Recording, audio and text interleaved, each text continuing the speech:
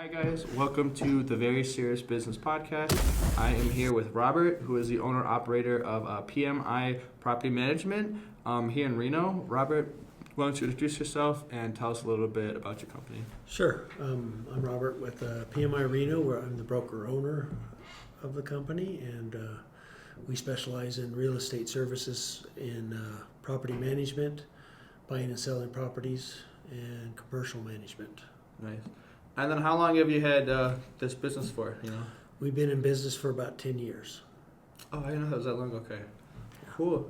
Coming up on our anniversary in July. Okay.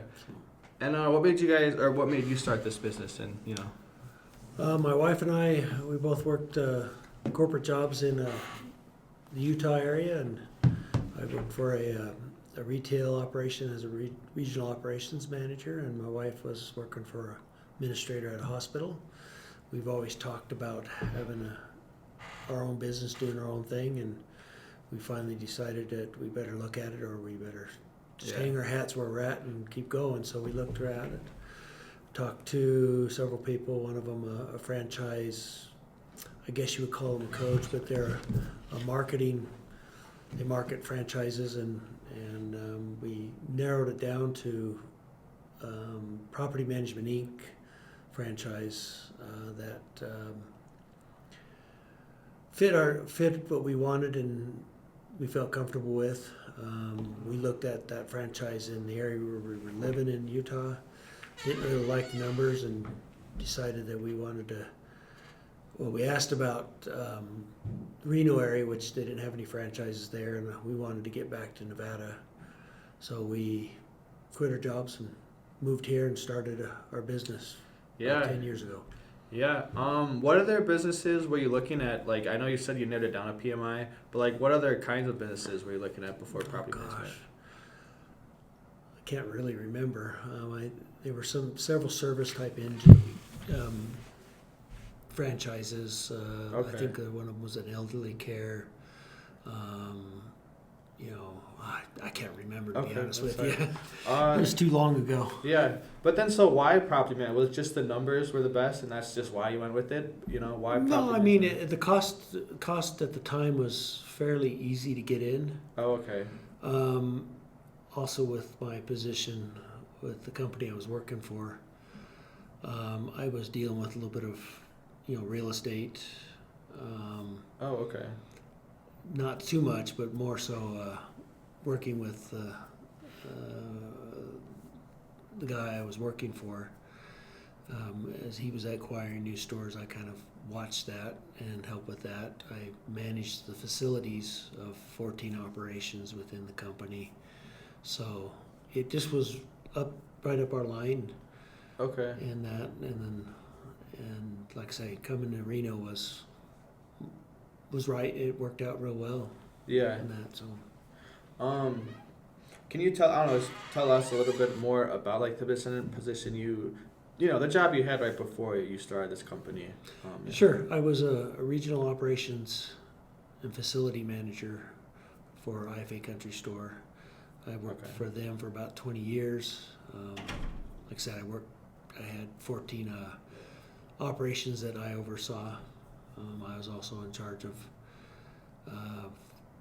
merchandising and set up new store design.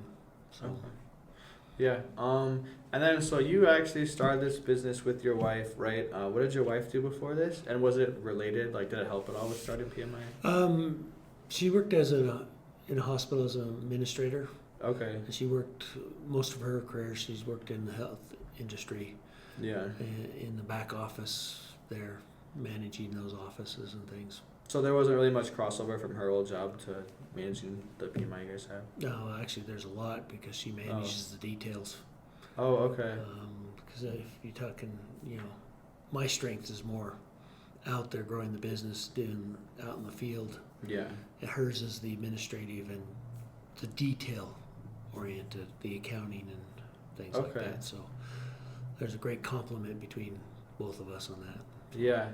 And then I'm just curious, I know you said did you guys want to come to Nevada and then you found the PMI business, or was it PMI and then you decided, we've got to come to Nevada? We found PMI, and Okay. then I actually grew up in Las Vegas, Okay. and wanted to move back to Nevada, but didn't really want to go back to Vegas? Vegas. No. Okay. Can I ask why? It ain't the same town that I grew up in. Oh, wait, how so? I've never been there, so how so? It's too big, Oh, okay. too crazy. Okay. Reno's more what I grew up in. Okay. So So Vegas was actually more of like a town where like the high school football team and stuff like that, yeah, maybe Like not a smaller- quite that when I was Oh, growing up, but okay. it was still smaller and it was Yeah. still Oh, okay. I didn't not know that. crazy, Yeah. and it's hot. Yeah, it is. Yeah. So Yeah, whatever. I didn't know that. Can I just do a list of questions? Actually, my laptop's kind of dead. So yeah, we're just going off the list here. But- Oh yeah, so I said one of the questions was, were you in real estate before you got started? And would you say no? Like you happen to do a little bit of real estate, or what would you say to that I would question? well, anybody that's bought a house for themselves has I been guess, real yeah. estate, but Yeah. I would say no. I was only observing what was going on, Okay. not actually doing anything. So I didn't really dive into it until we got here, Yeah. and then I had to get my real estate license and property management permit. Yeah. I hang my license with a broker for a couple of years. Oh, so you had to get like a managing broker license? I had to. Oh, I had okay. for 2 years. I had to have a managing broker, a broker. Yeah. Oh, okay. So- That kind of makes sense. Did you like own real estate before this? Like, did you happen to Just own? personal homes. Yeah. Okay. Just what we lived in. Okay. Oh, so not really like rental or No. rental income. We how didn't say start it. purchasing rental properties for ourselves until we started this business Cool. and got it going enough that I could afford it. Yeah, I know. Yeah, that's my issue right now. I can't buy any property. Okay. All right. Best way to start is Uh-huh. looking at a duplex or triplex And then like living in there for a and year. living or in one what? of the units, Yeah. so you get it owner occupied financing. You got a place to live, and then you got income. In a couple of years or so, you save a little more money and move, Yeah. do it again, Yeah. and keep the original property. Yeah. And you can finance it. Can't you put like only 2.5% down or something like that The down's if you live in pretty there? good still. I don't know the Oh, okay. lending side of it. The interest rates are obviously higher now. Yeah. But if you do an owner occupied, you can do it at a lower interest An rate. FHA loan, right? Or some other Possibly. kind of loan? Oh, okay, okay. Yeah. Do you know a lot of people that have done that? Because I kept thinking I need to do that, but I just haven't. Do you know people that have, I've house yeah. hacked or duplex to the Yeah, okay? I've talked to people. And most of them are successful doing it. Most of them don't like lose their shirt. Some people do, Yeah, yeah. but you got to be wise going in. Know your numbers. Yeah. Know your risk tolerance. Man, are most of them my age that do it? Like they're around my age, I'm guessing, that get these duplex things? Yeah. Dude, I gotta pull the trigger on that, man. I'm glad I sat down with you. I gotta pull the trigger on that. Oh, we can help you. Yeah. Wait, I'm curious. So what? Okay, let's say. I mean, just give me like a really rough estimate. Let's say like my rent is like, or my tenants are paying $1,500 a month, or yeah, let's just say $1,500 a month. I guess it all depends on a lot of stuff, but if I don't know, if I got a duplex. So people who house hack a duplex, isn't it usually worth it for them to not get a property management company because it's easier because they're already there and like Depends. Why? It depends on what. It depends on how much you want to invest in the time of managing the property. Yeah. The advantages of having a property manager is the knowledge of the laws. We know how industry. We deal with the tenants directly. Yeah. We protect you in that respect. So, but there is a cost to that. Yeah. If you want to do it on your own, you just got to make sure you do your homework. Yeah. Talk to people that manage their properties. Go to investors meetings where you can learn Okay. on that. Do you recommend any meetups here? I just moved down here, so. I do. There's Really? one that meets every third Wednesday. I'll What give is- you- I'll can give you you- name? Okay, yeah, tell me after. I can't this. think. I Yeah, can't think that's- of everything details, but yeah, they next week. All right, I'm just gonna add that. So because I had ADHD, so I'll forget. But I will definitely ask you about that. So you've Yeah. attended a few of these, whichever one I you're talking usually about? go every month. This month I won't be. I'll be out of town. And what's the fee to get in, or is there? A fee? There's no fee. Awesome. Show man. up and listen and learn, ask questions. Yeah. And there's a lot of people there who like. I know a lot of these conferences like. which is okay. I'm not hating, but like it's a lot of just like people like me that don't really have too much to offer knowledge wise. But like at these conferences, there's a lot of people like can like who actually do it, right? They're not just trying to get into it. You're gonna get into. You go to this meeting, you're gonna be someone like you that doesn't know very much about it, to people that have been doing it for years. So it's just okay. And that's from house hacking, buy and holds, fix and flips, wholesaling. Yeah. Sorry, because I just write it down. I'll forget everything. That's okay. Yeah. Okay. Cool. So So do you, if I were to hire a property manager and I were to get a duplex, is that common that someone's house? I don't know if that's the right term, but like if someone's living there, living in a duplex or renting out the unit, is it common for them to be able to afford a property manager if they only have the duplex and that's their only thing? It depends on how much money you put down. Why? Because it depends on how much you cash flow. Because okay, you have to service the debt. Yeah. And so how much you put down will determine how much you pay each month. Yeah. So if you put down like 3%, then your payments are going to be higher because you have a higher debt service. Yeah. If you put down 20%, that brings that payment down. Yeah. And so if you're going to live in one of them, you're going to still be paying a mortgage. I'm listening, yeah. But the tenant will pay part of that mortgage, and hopefully between the two of you, you're cash flowing a little bit to improve the property and take care of any other bills that come up, because other bills always come up. Yeah.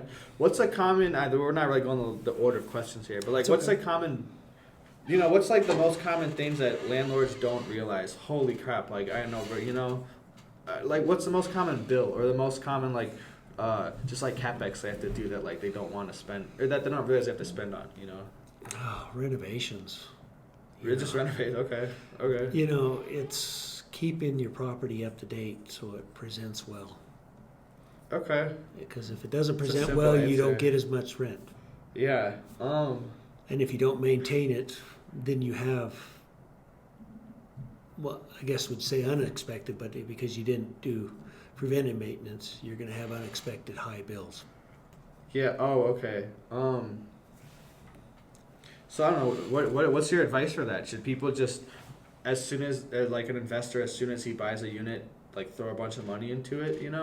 I mean, like I'm saying, are the investors not as willing to throw money into it, and because at the beginning and because of that they run into these issues down the line? Well, there's a lot to it, and it's not just a quick, simple answer. The answer's it depends. Okay. What kind of property did you buy?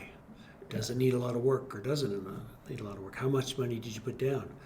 Did you, when you got into it, were you pretty tight with your flexibility and money? Yeah. That limits your ability to do anything after you bought it will play into that. Those are all the numbers that you've got to, as an investor, you got to know how much money you're willing to put into a property. What type of properties do you like? Yeah. I like the small multifamilies, the 3 to 4 units. Units because of just the way that it works out. I'm not a fan of single family just because if you are vacant, you have no income. Yeah. With a multifamily, if you have a vacancy, you still have other units that are still producing. Yeah. So it minimizes that a little bit. So there's a lot to, as an investor, you need to know how much risk tolerance you are, what you have to put down, what you're willing to pay each month, what you want to finance, what type of properties you want. Do you want turnkey, ready to rent type properties, or are you willing to put a little bit of equity or investment into it to improve it? Yeah.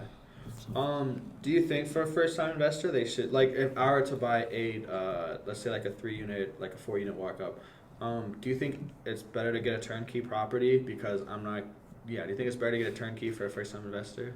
Again, it depends. Okay. It depends on because if you get a turnkey property, you're going to pay more for it up front. Yeah, obviously. But if you feel that you can afford to put money into it, or are willing to put some sweat equity into it, which means you're doing the work, then you can get into them a little cheaper and then put that effort into yourself. So it depends on what you can afford. Okay. So. But like someone like I hate to sound like a lawyer, but it depends. No, I know, that's fine. And that's probably a lot of the answers are going to be it depends, I'm guessing. Yeah. But Because what works for me may not work for you, Yeah. and it may not work for another investor. Yeah. So, What, from the little you know about me, do you think I should get a turnkey property, or what do you think? Just give me an answer. I'm not going to hold you liable. I promise. I don't know. I would Okay, say that's okay, that I that's don't fine. get the impression that you've worked on houses Yeah, I too have much. not. So, No, I have not at all. so if you can afford it to get a quicker return, a turnkey property or close to it. Yeah, or close to it. would be Okay. better. Okay. Do you have a? Or yeah, go ahead. What were you I gonna would say? just say looking at duplexes are okay. You can get a triplex, then you got two Yeah. or fourplex or 3 units that have rental income while you're living there. So do you think if I were to hypothetically get a duplex, anything below like 5 units, do you think it's better that if I were to do this strategy, I get a triplex instead of a duplex for the simple reason that there's more doors and I can have the income? Like if the very first property that I am going to buy, do you think it should be, if I do, a duplex, triplex, It depends on what you can afford. Yeah, okay. Because a duplex you can probably get into, and don't quote me on prices. You can find duplexes between the maybe 450 to Okay. 600,000. Okay. Some triplexes are going to be about 550 and up. Fourplexes are going to be probably a little bit higher than that. It's what can you afford? What can you put down? What can you finance? Yeah. And then realizing that you're most likely going to be paying part of the mortgage out of yourself, because the other units are not going to be able to completely cover the mortgage Yeah. and extra to cover expenses Yeah. unless you have more money down. Yeah. So at least in your experience, most of the people that have like a duplex or a triplex, but they're not able to, like most of the people that own a duplex or a triplex and they actually live in one unit, the other 2 units don't completely pay for all the expenses. They're still paying like 20-30% out their own pocket. Give or take. Okay. It just, again, it depends on how much money you put down. It depends on the deal you get. Yeah. So, Yeah. and the rents you get. Yeah. So I know you're not going to give me an exact number, but I'm just curious. I don't know, whatever. Everyone says I should have bought real estate 10 years ago, right? But, dude, I totally forgot what I was going to say, so never mind. well, you should have bought. We should have bought a lot of things 10, 20 years ago if we were a little smarter. Yeah. Everyone Which says that. we didn't. I guess we learned some things a little older in our lives. Oh, sure. But if you buy real estate now or bought 10 years ago, if the numbers work, Yeah. because you want to make sure that the property pays for itself and pays for the expenses and gives you a little bit of cash flow. Maybe you're not pocketing that cash flow as income for you personally, but you're saving it for repairs and improvements or to buy another property. I think that is the best way to do it. And as somebody just starting out, I think one of the best ways, it's not the only way, but it's the best ways, is if you're willing to buy a duplex, triplex, fourplex, or even larger, and you're going to live in one of the units, which that's why you got to either do fourplex or smaller, because anything larger is commercial and the finance changes. Oh, you can buy an owner-occupied and live in one unit of the triplex, fourplex, duplexes. Yeah. And get the cheaper or lower interest rates as an owner-occupied than a commercial loan. Yeah. Also, is that the cutoff? It's 4 units and below. It's just considered residential. 5 units and above is considered commercial or multifamily. Yeah. Okay. Oh, okay. Okay, so let's say, I know these are not even real numbers, these are made up numbers, but let's say I were to buy like a duplex for, let's just say like $500K. I don't know, you think let's say I have duplex $500K and I'm living in one unit and I have just like the average tenant in the other unit.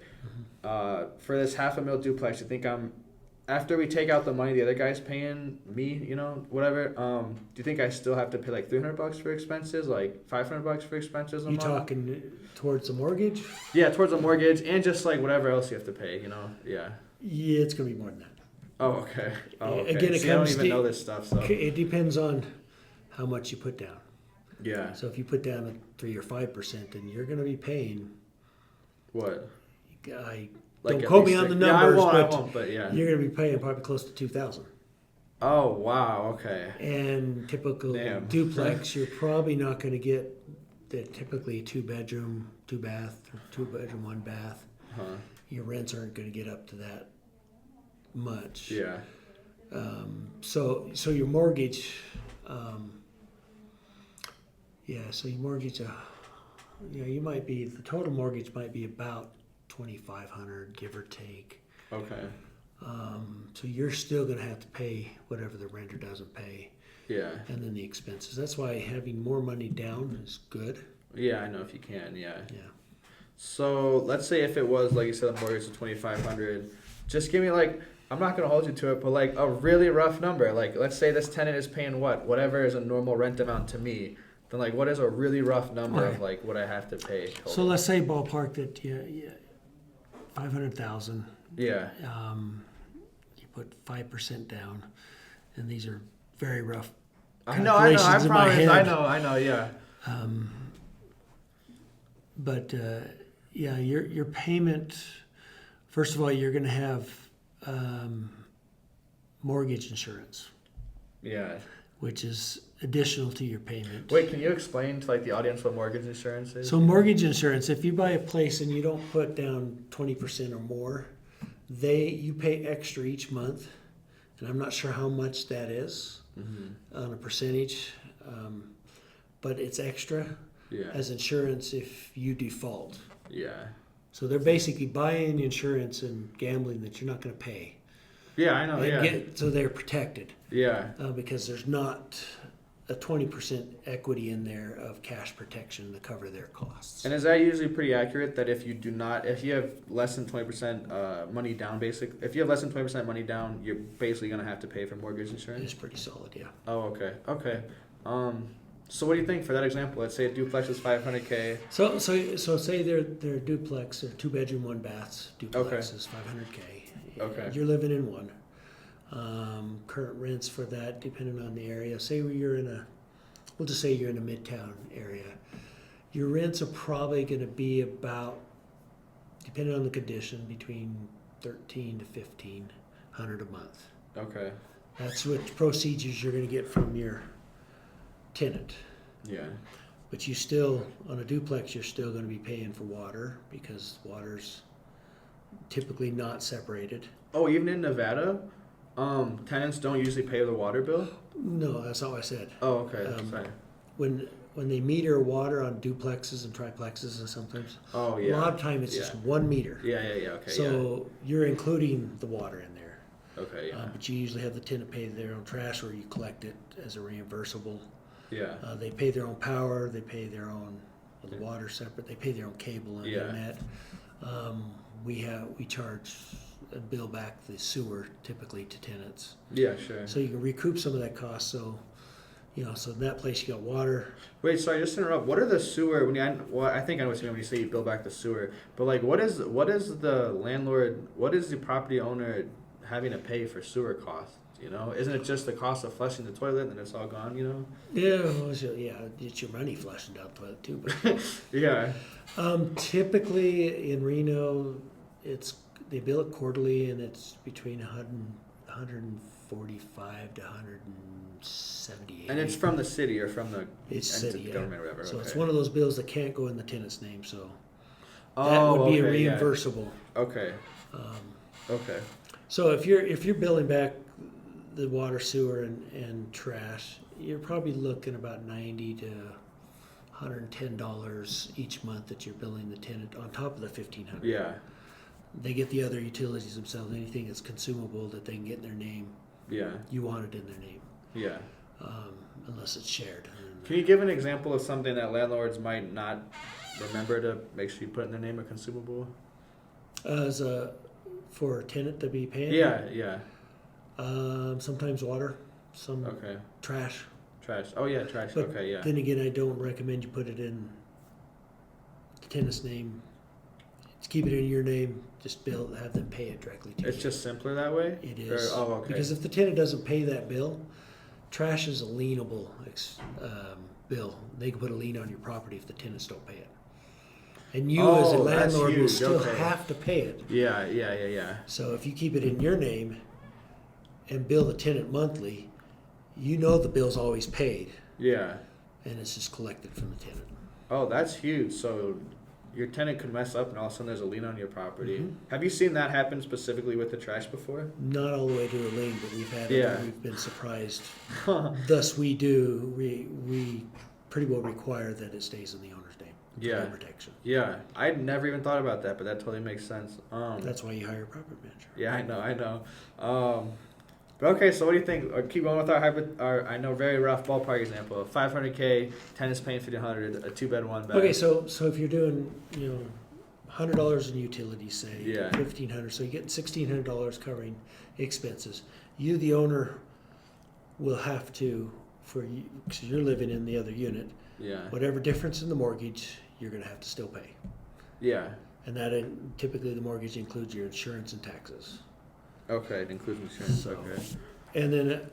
And then obviously you're paying the water because it's metered to one yeah. meter. To just Wait, so are you saying that you wouldn't bill the tenant for water in this case? You do. Oh, you still would. You just split it 50. but you're paying the actual Yeah, bill. yeah. Okay. You're I know. billing them a reimbursable. Yeah. I see what you're saying. Typically yeah. on a property like that, it'd be probably a flat rate, or you can Oh, okay. take a look at the bill and split it. Oh, so a duplex water is usually a flat rate? No. Oh. No, your maybe I bill's missed- going to be on usage. No, I but- know, but I mean, you usually bill the tenant a flat rate for You the water. can, depending Oh, on what okay. your usage is, because you'll have a history. Okay, I know that. That makes sense. So, and if you have landscaping, you don't bill too much of the watering for landscaping to the tenant. Yeah. But it depends on the situation. There's I a know. lot of depends. Let's say it's zero scape. Let's say there's no landscape. Zero scape, so yeah. you're just supplying the water inside. Yeah. It's easier just to take an average bill of all your bills or usage, and we typically would split it in half. And actually, we have a triplex, and we put a little bit of a markup on it to cover any extra usage, Yeah, sure. and bill it just monthly to the tenant. Oh, okay, cool. So Okay. $1,600. Yeah, sorry, yeah. That's your income. You cover the rest of the mortgage to make sure you're servicing your debt. Yeah. And then you also have to have money for repairs. Just random stuff that comes up. Your sewer, because you're going to pay the sewer, same concept as the water. trash and the Or- water. yeah. You're billing the tenant, but you still got to pay that bill. Yeah. And you just got to pay for maintaining the property Okay. on that and all your other bills. So what do you think the mortgage would be if it's 5K down? I mean, 5% down for a half a property. I'm not strong in running those numbers. Okay. I'm going to say, And this, because 5K down is 25,000. yeah. And so that puts you there. You're probably looking at about 2,500 to 2,700 a month, Okay. give or take. Okay. No, I know. Don't quote me on No, I know. I this. promise. What am I gonna do? I'm not the lender. No, I know. Okay, so really roughly, if I want to get a duplex, I'd be looking at like about 30K down, and out of my own pocket, I need to have basically I need to have like 2K a month income that I can just dish out if something happens about that. 2K a month At least, at least. Okay. because you still got Dang it, okay. other living expenses. Yeah. No, I meant like I should just have like 2K a month that I can actually just Put to the disperse house, with. Yeah. roughly, yeah. Oh, okay. Wow, Always, so always it's- put it to paper and look at it, make sure the math works. Though. Yeah, totally. There's Man, some so this is there's expensive. tools out there that what they call an APOD. What you is can that? It's a annual property. I don't know. It's an income estimate. I can't even think Okay, of sure. the Acronym, yeah, that's acronym, fine. but it's basically estimates what your expenses with the property is. Oh, okay. And you put some of that information down. You can search that up on the Yeah, I'm gonna write that down. web, too. and you can get some free ones. APOD. Or I mean, whatever. I'll figure it out. Okay. Annual property operating data. Okay. I think. Okay. Just 8 cool. pods or 8 pods. Okay, I'll look that up for sure. Yeah. Um. And that's Okay. that's where you best start. And again, you think about it, the more you put down, the more Yeah. you have to put out each month. Yeah. Do you have people or like okay, let's say I want to do a duplex. Would you recommend against me just finding like a high net worth individual and just having them loan me all the money for down? Is that just like way too risky? Like, cause I don't have 30K in my name. I don't even have like 5K in my name. You know? If you have what you're talking about is hard money loans. Yeah. Yeah. And those always come with different types of terms. The interest rates are going to be higher, whereas current interest rates are sitting around mid-6s, low 7s. Yeah. Hard money loans are probably going to be 9 or 10, 12%. Oh wow! So a lot more. A lot more. There's shorter terms where they may loan it to you for a year, maybe 2 years, Yeah. and you have to pay it off or refinance it. Hard money, you need to go in it very cautiously. Okay. Are they usually personally guaranteed, the hard money loans? Yes. Oh, They okay. do personally so, guaranteed, or they may do super- it with the property. Yeah. Oh, It duh, just yeah, depends duh, on yeah. the loan product that they're got. Yeah. So, and the person. Yeah. So very, very risky. Basically, if I were to do a duplex, I should be able to afford the down payment of 20K, you know, before. Okay. Yeah. You should be able to and be able to pay the Okay. mortgage and cover everything. Yeah. And also keep in mind that Huh. there's going to be vacancy. You got to be able to pay that mortgage if you got a tenant or not. Yeah. Yeah. Yeah. That's vacancy. So it's not that huge. simple. No, I know. Yeah. Yeah. Yeah. I don't know what the effect is. Dunning-Kruger effect, where like I because I know so little about real estate investing, I don't know what I don't know. So you know, yeah. That's where you just start doing your homework. Yeah. The best thing to do is go in investor meetings, read books. What resources do you recommend aside from investing? Oh meetings? gosh, was it Keller Williams? I think $1 Million Investor. Dude, that's been on my list. Yeah. Have you read that book? Yeah, And it's solid. It's good. it's good. Okay. Okay. That's one. Rich Dad, was it? There's a book called Rich Dad, Poor Dad? Something like Yeah, that. the There's some Robert concepts Kiyosaki like one. that. Those are good too. Oh, really? Okay. So I can't think of any other ones. Yeah. What about Bigger Pockets? Are you Bigger on Pockets is a good place to learn. Okay. Oh, cool. Okay. Okay. And going to investor meeting, networking, talk to people. Yeah. You'll learn a lot from other people's mistakes and Yeah. successes Yeah. than you'll get from a book. The books will give you a lot of ideas, but I think sometimes they don't give you the downside. Yeah. Yeah.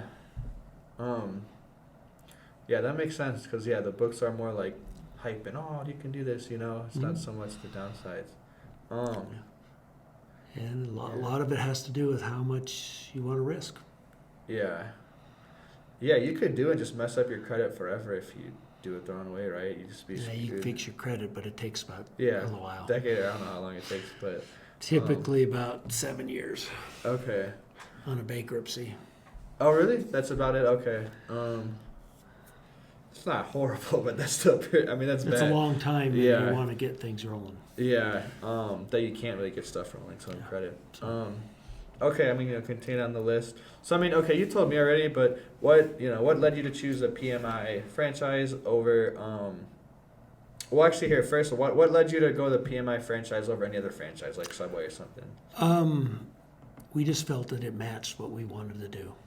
Okay, and what does that mean? Just Matched, experience, the type of business we wanted to run, a lot with what we wanted to do in our future. Which was what, if you don't mind sharing, like No, that's fine. We wanted to buy a business that can provide an income for us and help our family as needed, and eventually retire from. Yeah. And there's several options of retiring. We can keep the business, let it run with the right people. Yep. And we're passive. We can sell it. Yeah. Maybe my kids will take over it, and they'll still have to pay us. Yeah.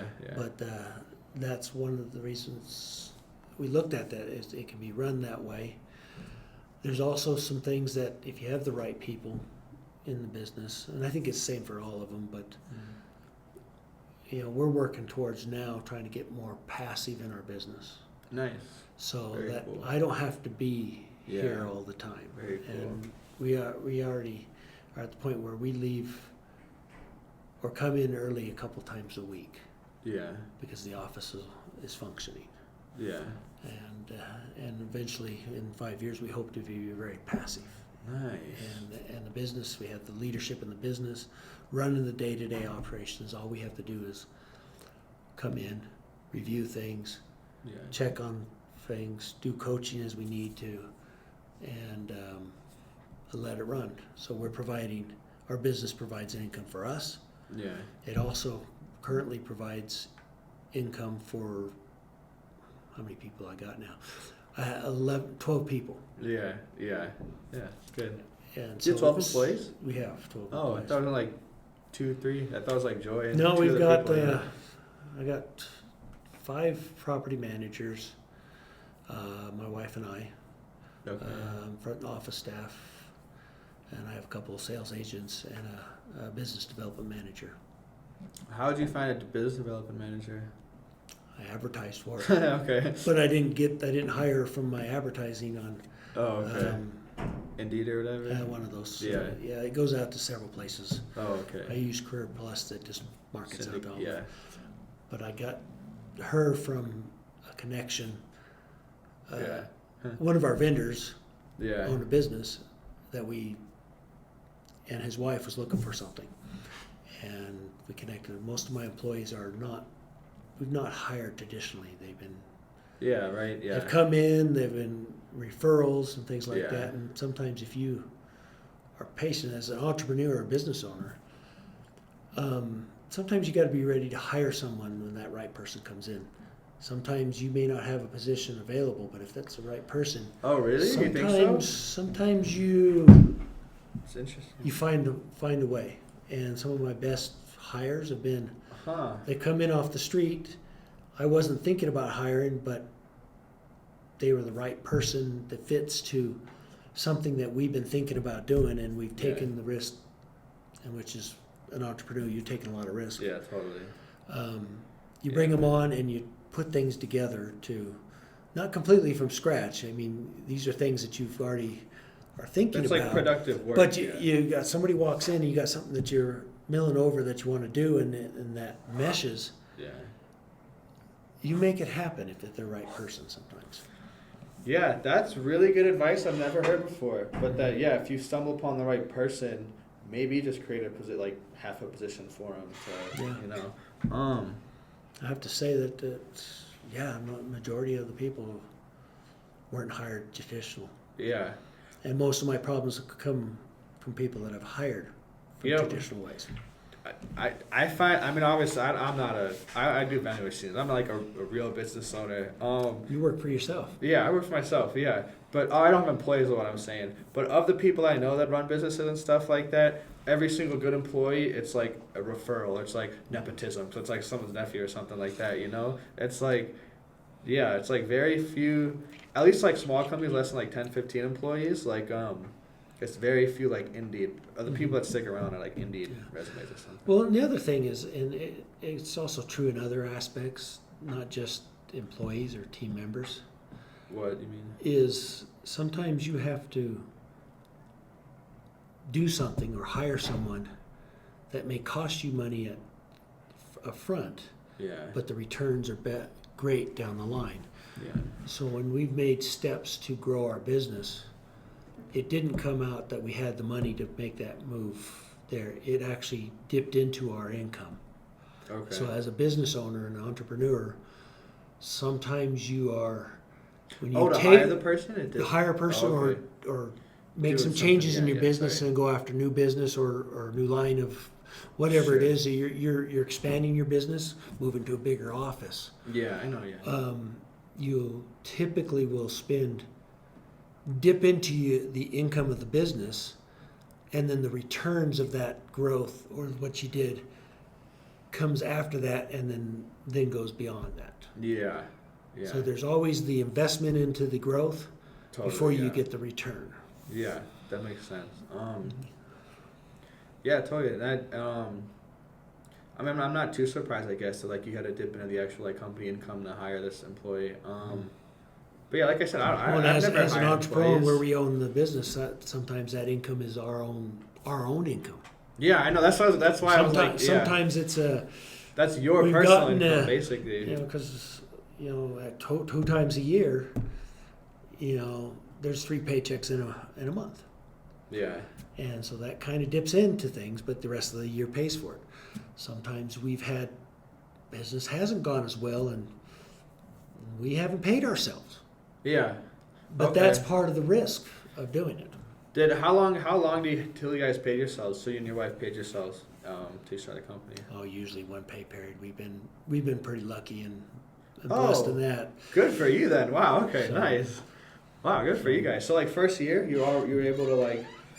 Well, we did some creative financing when we bought into our business. Oh. Okay. So, Nice. Can I ask about that? 'Cause Yes, I love you can. learning about that stuff. It's so like. so it's a cool. little different Yeah. because we didn't really have the cash lying around to pay the franchise fee or to support ourselves while we get this business. Because when we moved to Reno, Wait, can I ask how much the franchise fee is, or are you not like allowed to disclose? If not, it's okay. I'm not going to. That's fine, because that's it's fine. changed. Yeah. Okay. That's So, okay. Sorry to interrupt. Then that's okay. But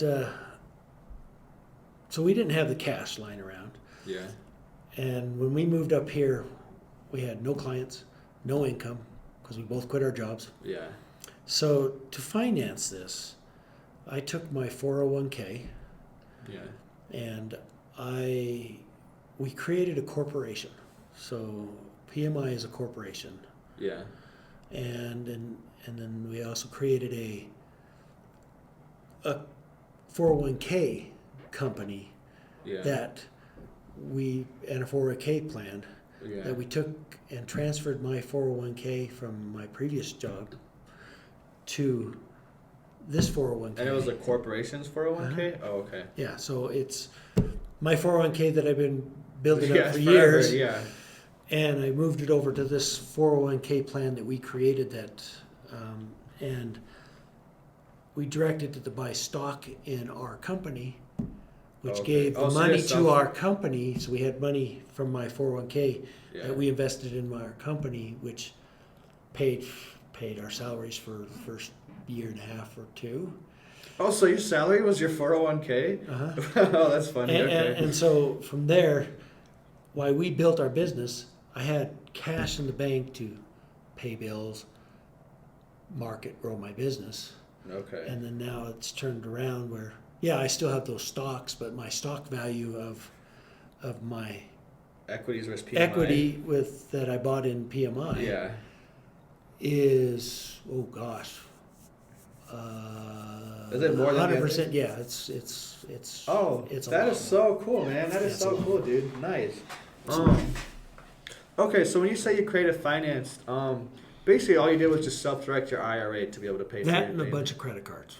Oh, okay. Did you do the 0% interest credit cards or what? Yeah. Yeah, that's what I'm thinking about doing for my next. You'll have to vending ask machine. Carla that more than me, but yeah, that's the case. She Yeah. did all the financing. Dude, yeah, you can get a lot of free credit, you know. Yeah. But if you can't pay it off, you're Yeah. in a world of hurt. Yeah, the ones I have some capital card now. I'm gonna fund my machine on. It's like 0% interest for a year and a half, and then obviously most of the payments like 30% after that, or whatever. So, but yeah, I've heard a lot of business owners that fund their stuff through 0% interest credit cards. Yeah, Um, but you got to be careful. yeah, I know. Yeah, It's a risk. yeah, But that's how we started. yeah. But it took us about 2 years before we were going from the red to the black and started. So 2 years about. Roughly 2 years. Okay, that's not even too bad though, right? That's not bad at all, right? I mean, I Well, guess I it's a worked- franchise. It is we a worked franchise. hard. Yeah. Well, let's talk about the franchise. Yeah, please. So, what we get with the franchise, which most franchises, you get a name Yeah. and a brand. Yeah. So, well, we joined. I think we were the 100th franchise that joined. So they were still very small Okay. and not well known, but Yeah. still good. And that's what we were buying into, is the brand. The advantage is that you got the systems already in place, the procedures, sometimes software, support and help to get you going. They won't do it for you, but everything's there ready for you when you ask for help, get some advice. They'll help you, but again, it's an entrepreneur. You got to grow out and pound the payment. Yeah. For me, it was going to other brokerages that didn't do property management, going to investors meetings, internet marketing, talk to people, networking. Yeah. So you would go to other just regular real estate brokers and just, hey, send your clients. Hey, here's what we do. We offered a referral fee. We don't, if they refer somebody, we didn't take that client from them if they wanted to buy or sell, even though we could. If that owner that we took on from the referral wanted to buy another property, sell that property, we would refer them back to the original. Oh yeah, totally. To protect that relationship. Yeah, obviously. Yeah. So, and it's, integrity and honesty in what you're doing. Yeah. But so the brokers do get a small kickback or a small finder's fee if they do send you guys a... Oh, okay, nice. Yeah. Can I ask how much it is, or do you know what to say? Right now we're about $250. Oh, okay. So it's not a ton of money, but it's like, yeah. Oh, okay. But it's the relationship. Yeah, totally. Because our business is a lot of relationship. Yeah. And reputation. Have you guys found, does most of your business come from regular real estate brokers that are referring them to you guys? Or is that just 10, 20% of your business? I'm not sure how much. It's a small percentage. Okay. Most of our business now, is what, which we don't do any hardcore marketing. Okay. Most of our business comes from our online presence, Google. Yeah, you guys, We've got a good... You guys have a really good presence. Reviews. Yeah. We show up on the first page. Yep. We've worked very hard to get there. Okay, and it's a lot of doing the right things. Yeah. We're not perfect. We make mistakes, but we try to stand behind what we do. Do you guys have a marketing? Sorry to interrupt, but do you guys have a marketing office? Do you have a marketing firm you work with, or how do you do your marketing? Franchise does. Oh, duh! I forgot it's a franchise. So we have all that, but they do more national marketing. We do our marketings at work. We don't spend as much money because I've got our business development manager out there following up on leads, meeting people, doing the legwork, and we're bringing in a decent amount of leads each month. Nice. So, okay, cool. Yeah, sorry, I went off topic of the technical questions. Okay, that's why it's a conversation. Right? Yeah, exactly. Because otherwise it'd be weird and I don't know, whatever. So next listed question was, which I think is a good one, is what led you to choose the PMI franchise over starting independently? So when you found PMI, did anything in your head think I should do this on my own? Or were you always like, no, this is way too much of a headache to jump into, No, we thought about both options. Yeah. On anything. And the franchise model is good. Okay. But it comes with restrictions. Yeah. But the reason why we picked the franchise instead of starting on our own, and that's more of us looking back from after getting it going. Yeah. Because I don't think I would have had enough knowledge when we started doing it. Oh, you don't think so? Oh, okay. We probably could have figured it out, but it would have taken us longer to get it going. Oh, so even now that it's been up for 10 years, you're still glad you want the franchise instead of... Oh, wow. Because everything is... cool. The help is there to structure your business. Yeah. You follow the things that they give you, and you work hard, there's a good chance that you're going to succeed. Okay. Yeah, that's cool. I mean, it's great to hear, too, that, you're still glad you want the franchise, Well, we just renewed our agreement, so... How long is the renewal period, 10 years. Oh, okay. That's typical for franchises, right? Or that's about... I don't know. Oh, okay. It varies, I think. Yeah. Okay, similar question, but what's the biggest advantage of being a part of a network, like a franchise like PMI? Yeah, what's the biggest advantage? Is the systems in place, like you said? Just like we talked about. Oh, okay. The help getting going, help continue to grow our business. Yeah. Here's a good example. I mean, we have 580 doors or units that we manage Okay. in our business. Okay. But with the franchise system, I can also lean on managers that have more or less, the whole franchise has over 40,000 doors under management. Okay. Okay. So you have 400 other franchisees that have experience that you can lean on. You got a corporate franchise Totally. that has things. It helps keep us up on the date of the industry. Yeah. Gives us tools. We get more buying power for technologies and things that we need, because Oh, yeah, totally. it's not me, I didn't the even think individual, about our that. company. Yeah. It's 400 plus franchises Yeah. that have 40,000 doors under management, Yeah. and they do associations and short term and commercials, and you add all those on there plus real estate transaction. Yeah. The franchise has a bigger buying power when Totally. getting softwares and services from third-party vendors. Yeah. Do you have a lot of flexibility? If you don't like this software, you can use something else, or not really? Yeah, I won't go into details, but we were looking at another software because we were frustrated with the one we had, which was a corporate sponsor. I'm not going to say that. No, I mean, can you tell me what it did? If not, that's Oh, okay, yeah. So we were having some frustrations with the software that was put out that the company selected. Yeah. And so we started looking at another software, and we moved a few properties over into it. Oh, so okay. And so we have the flexibility within reason. Yeah. I think there's a little bit tighter. I have a little bit more negotiating power with the franchise because I've been there a while. Oh, okay, yeah. Longer. You're And successful. we're one of the top franchises. Oh, you are? Yeah. Out of the 400 ever? Yeah. Cool. Do you know what you are? You top 30, top 50? I don't know if we're in the top 10%. Nice, dude. That is so cool. Okay, yeah, keep going on. But anyways, we looked at the other software, and we actually decided that this is going to work. It fit our business model well, so we're going to stay with it. But we have some flexibilities. We have some flexibilities in our marketing and how we structure our business. Okay. We still have to stick with the brand Yeah. because you don't want to corrupt that. Yeah.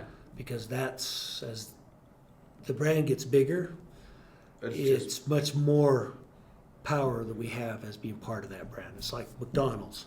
yeah. You know, that the logo, I mean, they just changed their logo. Yeah. Because when you look at, the golden arches, you always think of McDonald's. Yeah. You You said McDonald's changed the logo or PMI? no, we did. Oh, okay. Yeah. We did yeah, this. Yeah. But yeah, you look at, we went kind of through a test at one of our conferences. They showed a logo, and everybody knows who that logo's with. Yeah. And so it's that name recognition. That's why you being part of a larger group. But yes, we have enough autonomy to run our business the way we want to. Yeah. Wait, does you probably don't know, but does PMI own a bunch of? Manage a bunch of stuff in Chicago, like in northern Chicago? Probably do. Because I think could have there's sworn maybe it's a different 3 or company. 4 franchises in Chicago area. Dude, I swear, like half the Gold Coast neighborhood is managed by PMI. If I'm thinking the right company, like no joke, it's about half the whole neighborhood is managed by PMI. Yeah, I could be think wrong we have a about good that, but- presence in Chicago. Yeah. There's a lot in California. Oh, okay. Utah's where they're based out of, so there's a lot there. Okay. Texas and Florida seems to be the biggest states that they have the most franchises. Is that where they started on this side? Utah, Oh. actually, there. Oh, really? I think They the started? original company. Yeah. That's not a store, but say store, was in Vegas. The okay. original concept was started and tested out in Okay. Vegas. Nice. Then they nice. moved up to Utah and started the franchise. Okay. Oh, I guess you kind of answered this, but like any limitations or rules from the franchise that you don't love, that you want to talk about, or? Yeah, I can't think of any off, but there's always some Yeah. that frustrates me sometimes. Okay. Sometimes I don't agree, Yeah. and but I think we got a good enough relationship with the CEO and the company that we've been able to work through some things.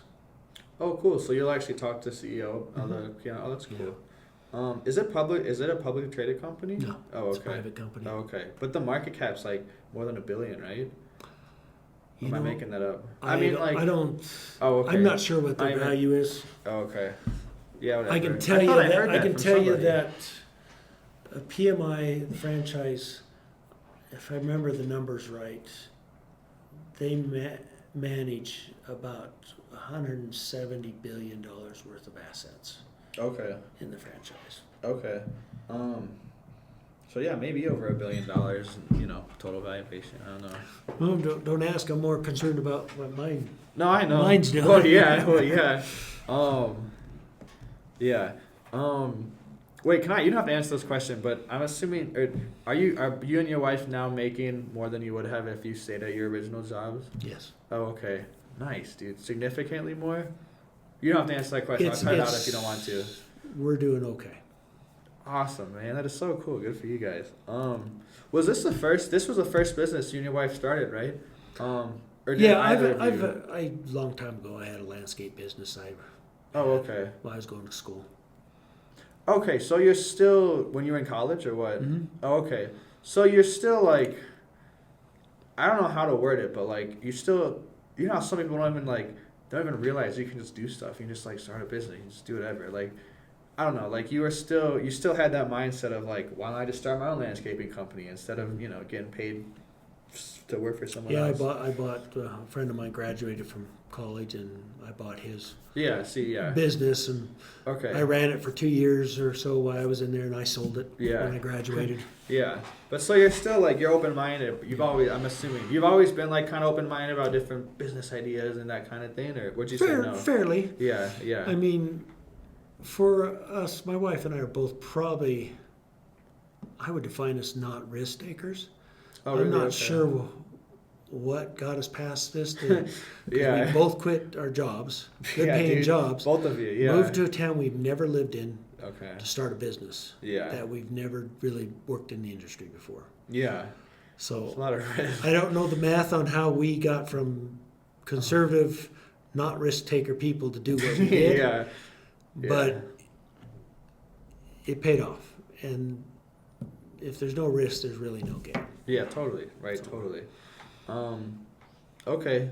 Now we talked about software. Another one of the questions like, have you implemented ChatGPT or similar AI tools? So like, the large language models that blew up a year ago, like stuff like that. Have you implemented? I use ChatGPT, Grok a little bit. Yeah. My team does it. It's not really integrated, Okay. but we are seeing more and more in the softwares that we do use, Yeah.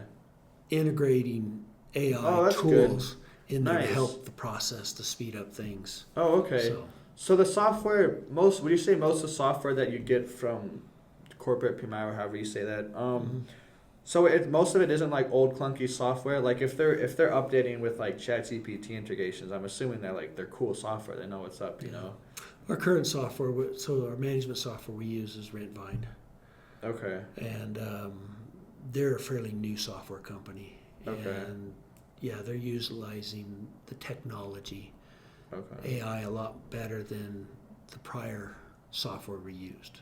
Oh, you think so? Cool. Okay. Yeah. Okay. The other one I would say, like you described, clunky, Yeah. a little bit, the interface is just a little bit old. Yeah. This other software we looked at still had some of that, but they had some bells and whistles with AI there that was pretty impressive. Okay. Nice. Just not enough impressive to pay the more cost. Oh, okay, sure. Okay, what kind of tech stack or software do you guys have to manage the properties? So is there just like one single software you do everything from, or is there like you have a different portal for management as opposed to like collecting payments as opposed to something else, So just the structure, I mean, our main software is Rentvine. That's our management software that manages all of our property management business. Okay. We use QuickBooks to manage the finances of the company. Okay, I was an asset, okay. We use a company called Tenant Turner to help with listings and showing scheduling. Okay. We use Process Street for our procedures and process. Okay. Yeah. What does that one do when you say procedures and process? So basically, if we're doing a lease, say we're putting together a lease, we've selected a tenant and we're going to Yeah. create a lease and sign and get them moved in. Process Street or processing software Yeah. will give you directions and how to do it, what to do, where to go. Check it off Oh, as you go okay. through, so it Okay. keeps yeah, the yeah, integrity of the process Yeah. Okay. Yeah. there. Sure. So everybody does it the same way. So it's kind of our SOP of how to do Yeah. this Yeah. or that, whatever it is. Yeah. So when a new person comes in, it's a lot easier to train them. It's like, here's what you need to do. Follow the process here. Yeah. Yeah. So Do you come from a military family? You said SOP, and I was like, I always associate that. No. Oh, okay. I always associate that with like government type stuff. that's me working in corporate. Oh wait, duh, yeah, Corporations, yeah, life for a long time. yeah. Okay. This is kind of a weird question, but like, oh well, no, I guess you can interpret it different ways. What's your process for handling? Oh, a maintenance emergency. So what's your process for handling maintenance or emergencies? So yeah, what's your process for handling like a dishwasher not working, and what's your process for handling like an actively like flowing toilet or something like that? Sure. So if something is just, we categorize Okay. maintenance in 3 different levels. Nice. That's cool. Emergency, Yeah. it's got to get done as soon as possible. Yeah. Needs to get fit. Next one's it needs to get fixed, and we'll get it taken care of. Yeah. And then optional, Optional aesthetic last type one. things. Oh, okay. Yeah. So the things that are optional, the tenant says, "Oh, I would like you to see if you guys could touch up this paint here, or we want to improve something." Or like new knobs on the couch. Yeah, or something. it may be that's subject to the owner's approval. We're not going to spend that money without yeah, owner's duh, approval. Yeah. The middle group, which we want to get done within 7 to 14 days, Yeah. is oh gosh, now I can't think. It's there's a faucet that's just kind of broke. It's not leaking all over the place. Okay. It's a minor repair, fix a door. Or like one room. Closet doors kind of falling off Okay. or Yeah. something like that. Yeah. Those are just, which most of our maintenance falls in there, kind of a medium category. Yeah. We'll get it done. We'll determine if it's tenant caused or not. If it's wear and tear, then that determines how we bill it. And then there's emergency, which we need to respond fairly quickly to. Yeah. Which there's a lot more laws associated with that, so we got to respond and make reasonable effort to fix it within 48 hours. Do the laws dictate what counts as an emergency? It does. Oh, really? It's okay. not black and white, but Yeah. it's pretty close. I saw, obviously, if it's a material habitability thing like heat or a water heater like, out, Yeah. Like. or you Gas can't or secure the property, Yeah. we got to get to it quick as possible. Yeah. Which the law says you got to make a reasonable effort to take care of it within 48 hours, Yeah. which we try to take care of Okay. within 48 hours. Okay. The other thing is like the water heater's burst. There's water squirting all over the place. I mean, that's an immediate. Yeah. Totally. Yeah. And so when those type of things come in, so we have a maintenance portal. They go in there and they put in work orders. If it's an emergency, they can do that, and they call. We have an after-hours emergency line. Yeah. Okay. So we can find out what the problem is, what we need to do. If it needs to be done emergency right away, we're getting somebody out there to take care of it. If it's like say the water heater's leaking, and we know we can turn off the water, and it hasn't flooded everything. Like I say, if it's in the garage, it's not a water cleanup. We'll turn off the water heater, and then if it's after hours, then we'll get somebody out there the next day to fix it. Yeah. Sure. So we stop the damaging of the asset or the property, Yeah. Duh. and Yeah. then get reasonable effort to get that thing fixed for the habitability. And is that what the law says? Is 48 hours reasonable effort? That's what the law says. Mm-hmm. Okay. Yeah, there's That kind of makes sense. legislature's trying to change it and taking out Okay. some wording in there that will be just a nightmare for everybody. That would make it easier to do business, or No. what? Oh, okay. What would it do? Do you know? So, and this is just one aspect of the law Yeah. that they're trying to propose. Is they're removing the reasonable effort, so it makes it very open-ended, very subjective. Oh. So, and then they can hold rent from that, and then they're removing the tenant, because right now the tenant's required, if they say that the house is not habitable for Yeah. whatever reason, they can withhold rent, but they're required to put it in escrow.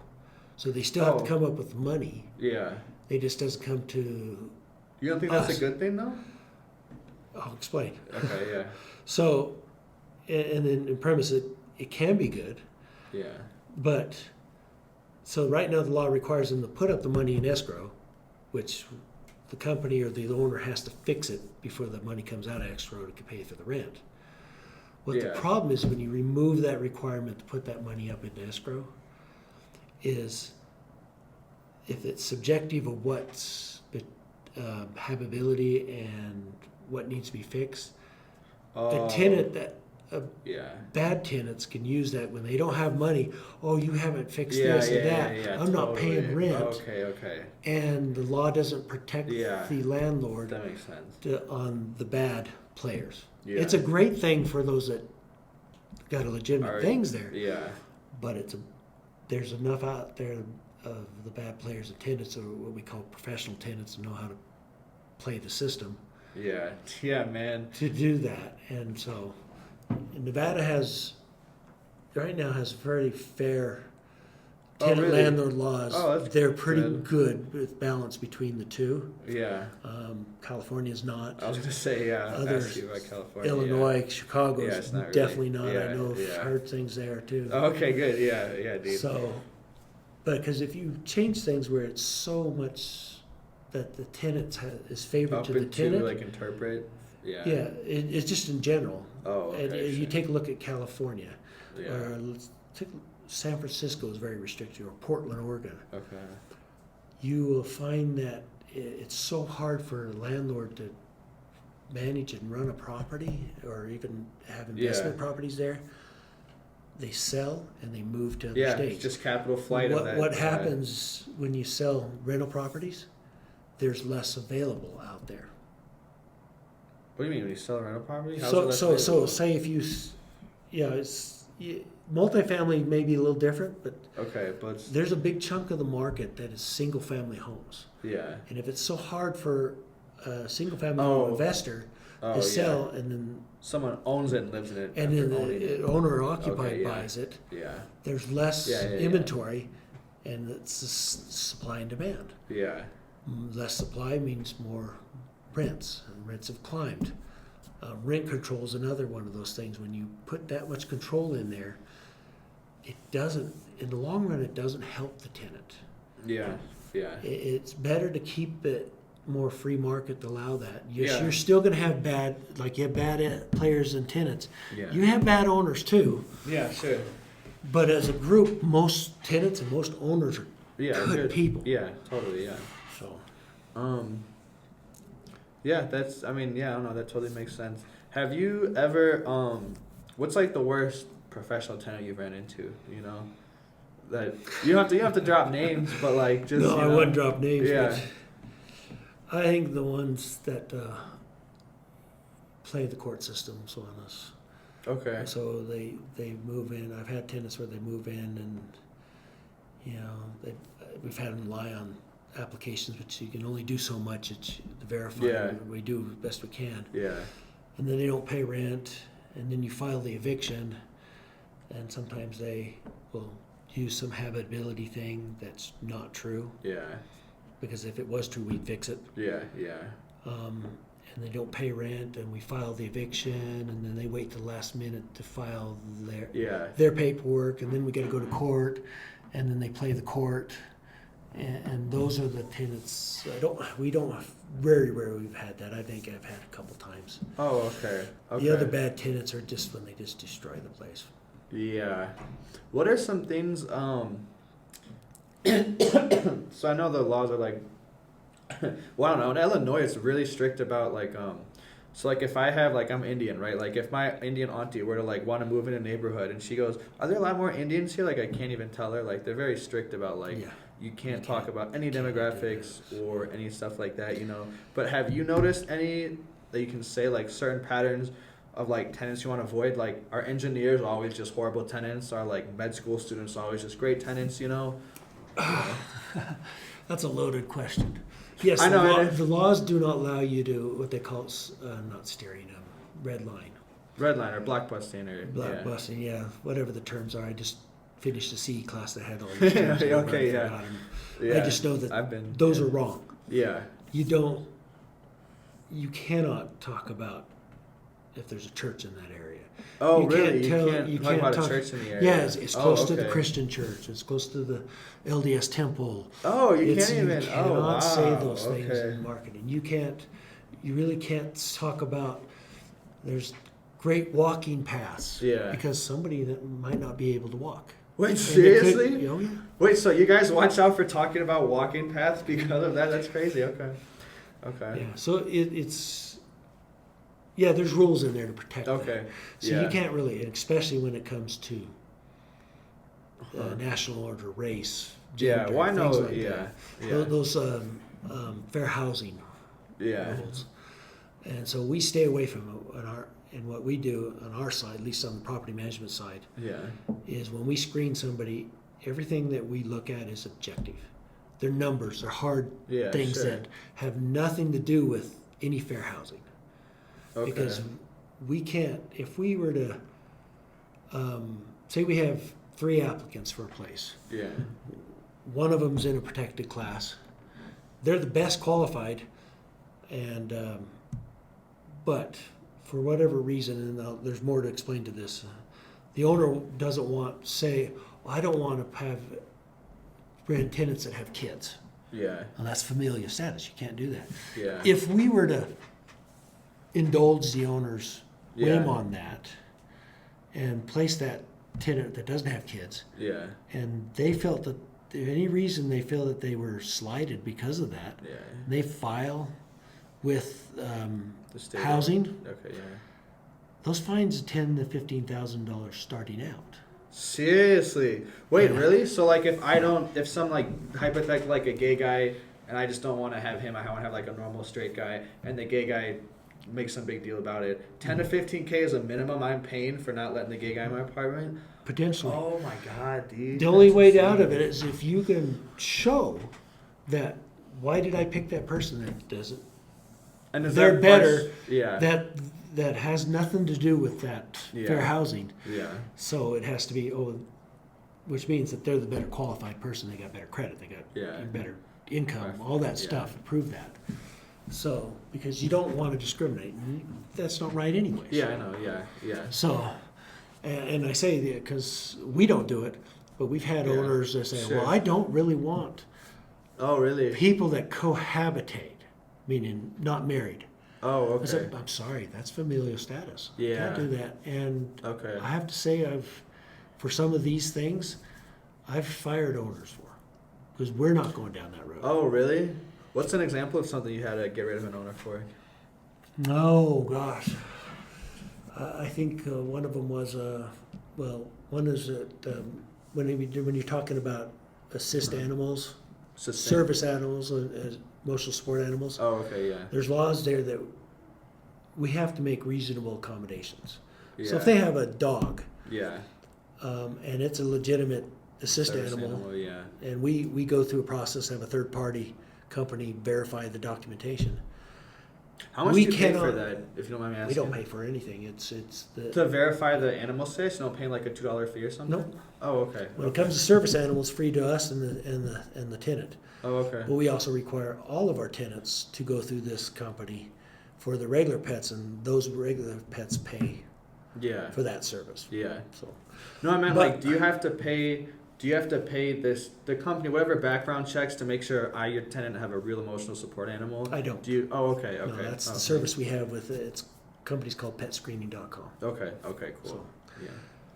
So in this owner system, we can't let that in there. It's like, and they were pushing us that we wanted to, and I said we can't. And I just down to the point that if you insist on us doing this, then we're going to have to terminate our agreement because we can't do it. It's against the law. Yeah. So he just wanted no emotional support animals. He didn't want basically? any animals in there. Yeah. Yeah. I mean, I'd be the same way. I don't know. I don't want animals in my place. But then again, Well, if you wanted your property What if- rented, 2/3 or 2/3, 3/4 of prospective tenants have Wow. some sort of animal. Okay, I did not know that. Okay. Maybe And the not risk then. of having animals damaged is a lot less than you think. Oh, really? Can you expand upon that? Like, Well, kids yeah. will do more damage Oh, than really? pets sometimes. But you Okay. can't deny kids. So Yeah. Is that in general, as a rule, the kids will usually do more damage than a pet will? yeah, you don't have any kids yet, so Yeah. um, Do you think like kids will usually mess up a unit on average more than a dog will mess up a unit? yeah, it's probably about the same. Okay. I say that to owners sometimes, tongue in cheek, Yeah. but it's reality because kids will, but sometimes the adults do too. Yeah, totally. Yeah. And usually, if you got good tenants, their pets are just fine. Okay. Oh, really? Okay. Bad tenants, the pets will be a problem typically.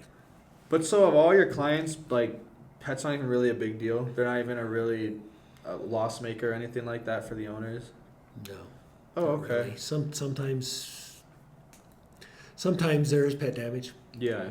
We have a program that helps with that cost sometimes. Oh, cool. Okay. So we do kind of a what we call a pet guarantee. If we place the pet, screened and everything, Oh, and if you there's guys- damage, then we'll cover up to a certain amount of the cost. How many times have they made you dip into that? You know. A few times a year, Oh, okay. So Yeah. not a ton. and it's a okay. cost that the tenant pays. They pay the pet fees. Yeah. So But I thought you just said didn't you just say if you approve a pet and the pet like messes up the carpet, yeah, you guys help pay for some protect of the the carpet? owner from that. What does that cost. mean then? What does that mean? So it means that say that a dog chews up a doorway, yeah. and so the cost to fix that doorway is say $500. Okay. If we place the pet, and that happens, we'll cover that cost. The owner won't pay Yeah. for that Okay. cost. Nice. Yeah. We still pursue the tenant because Yeah, well, yeah. we didn't create the damage. Yeah. And we'll collect from the tenant, but we just have a layer of protection to the owner, which makes it much more easier for them to accept allowing pets Yeah. because there's a little bit of protection, and also because the whole ultimate goal is placing a tenant in the property, a qualified tenant, Yeah. not just any tenant. Yeah. Yeah. I know. Yeah.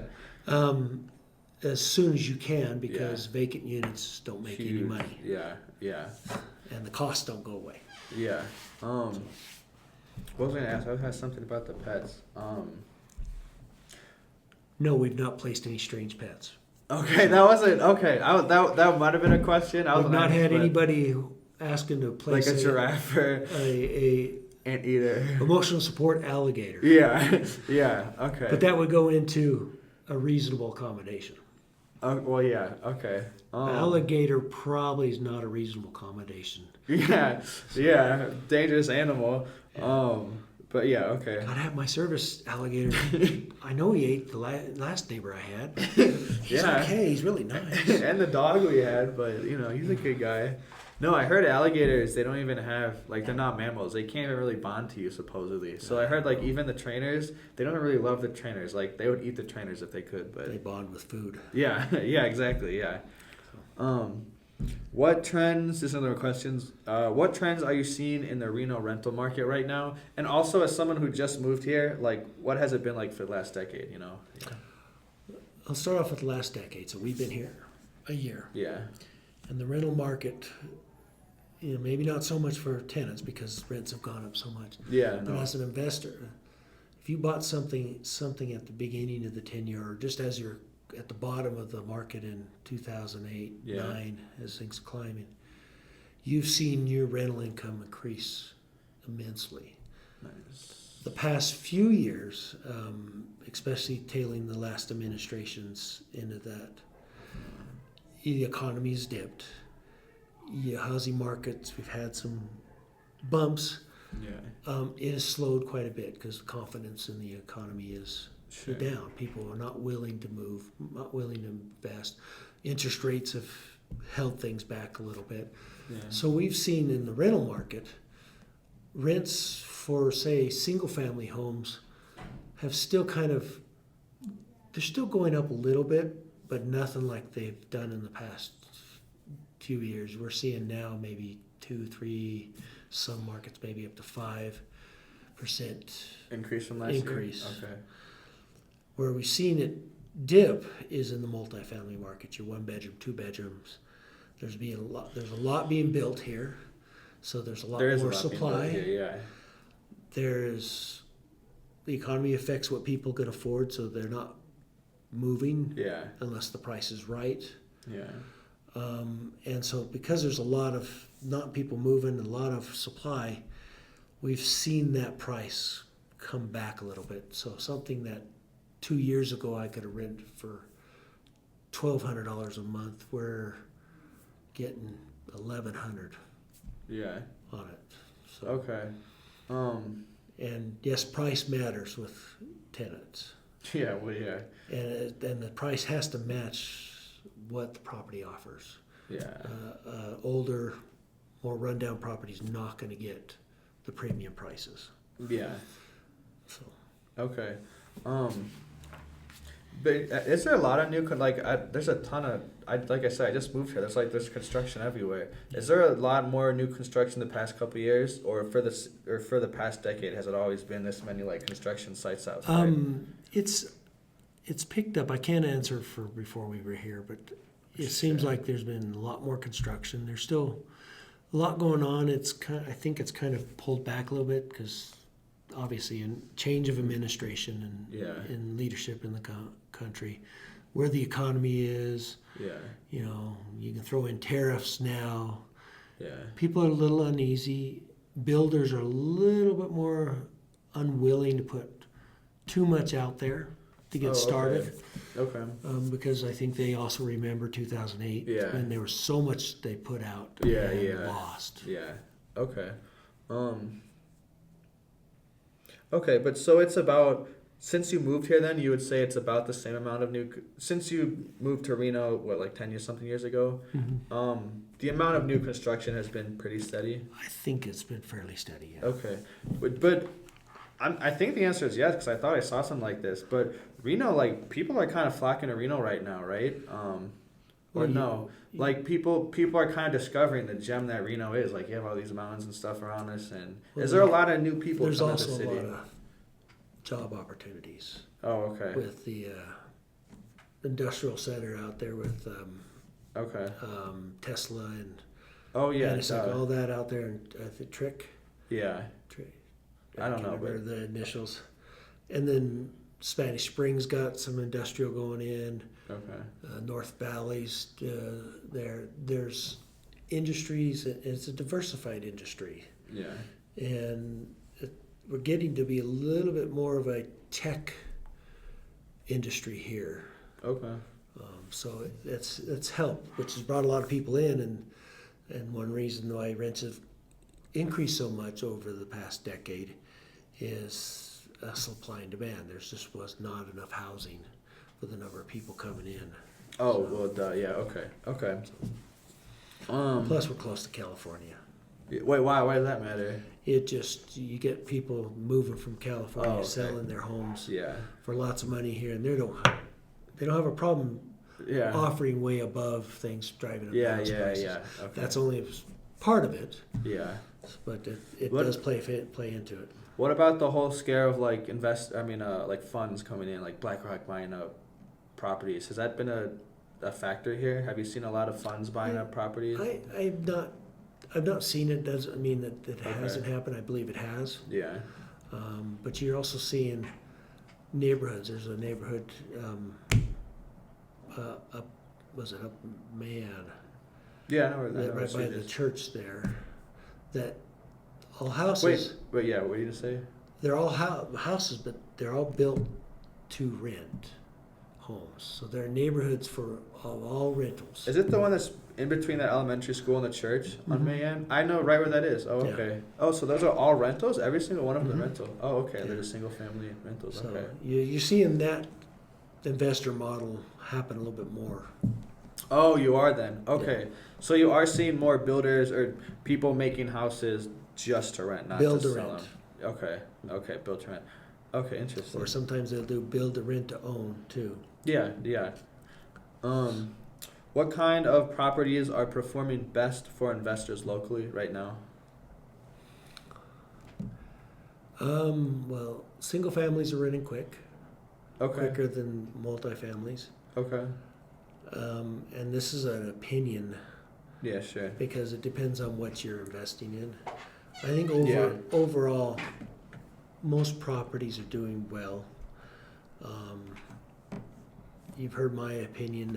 I like the small multifamily Yeah. because they're easier to get in, and you have that protection of multiple units for income. Yeah.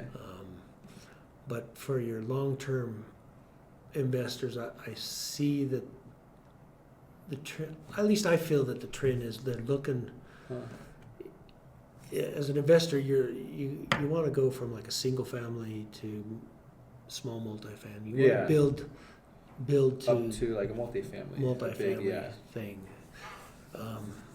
Because single family are great investments, but then again, if it's vacant, it's not making any money. Yeah. And whereas a multifamily, you have that option of still have rental income coming in.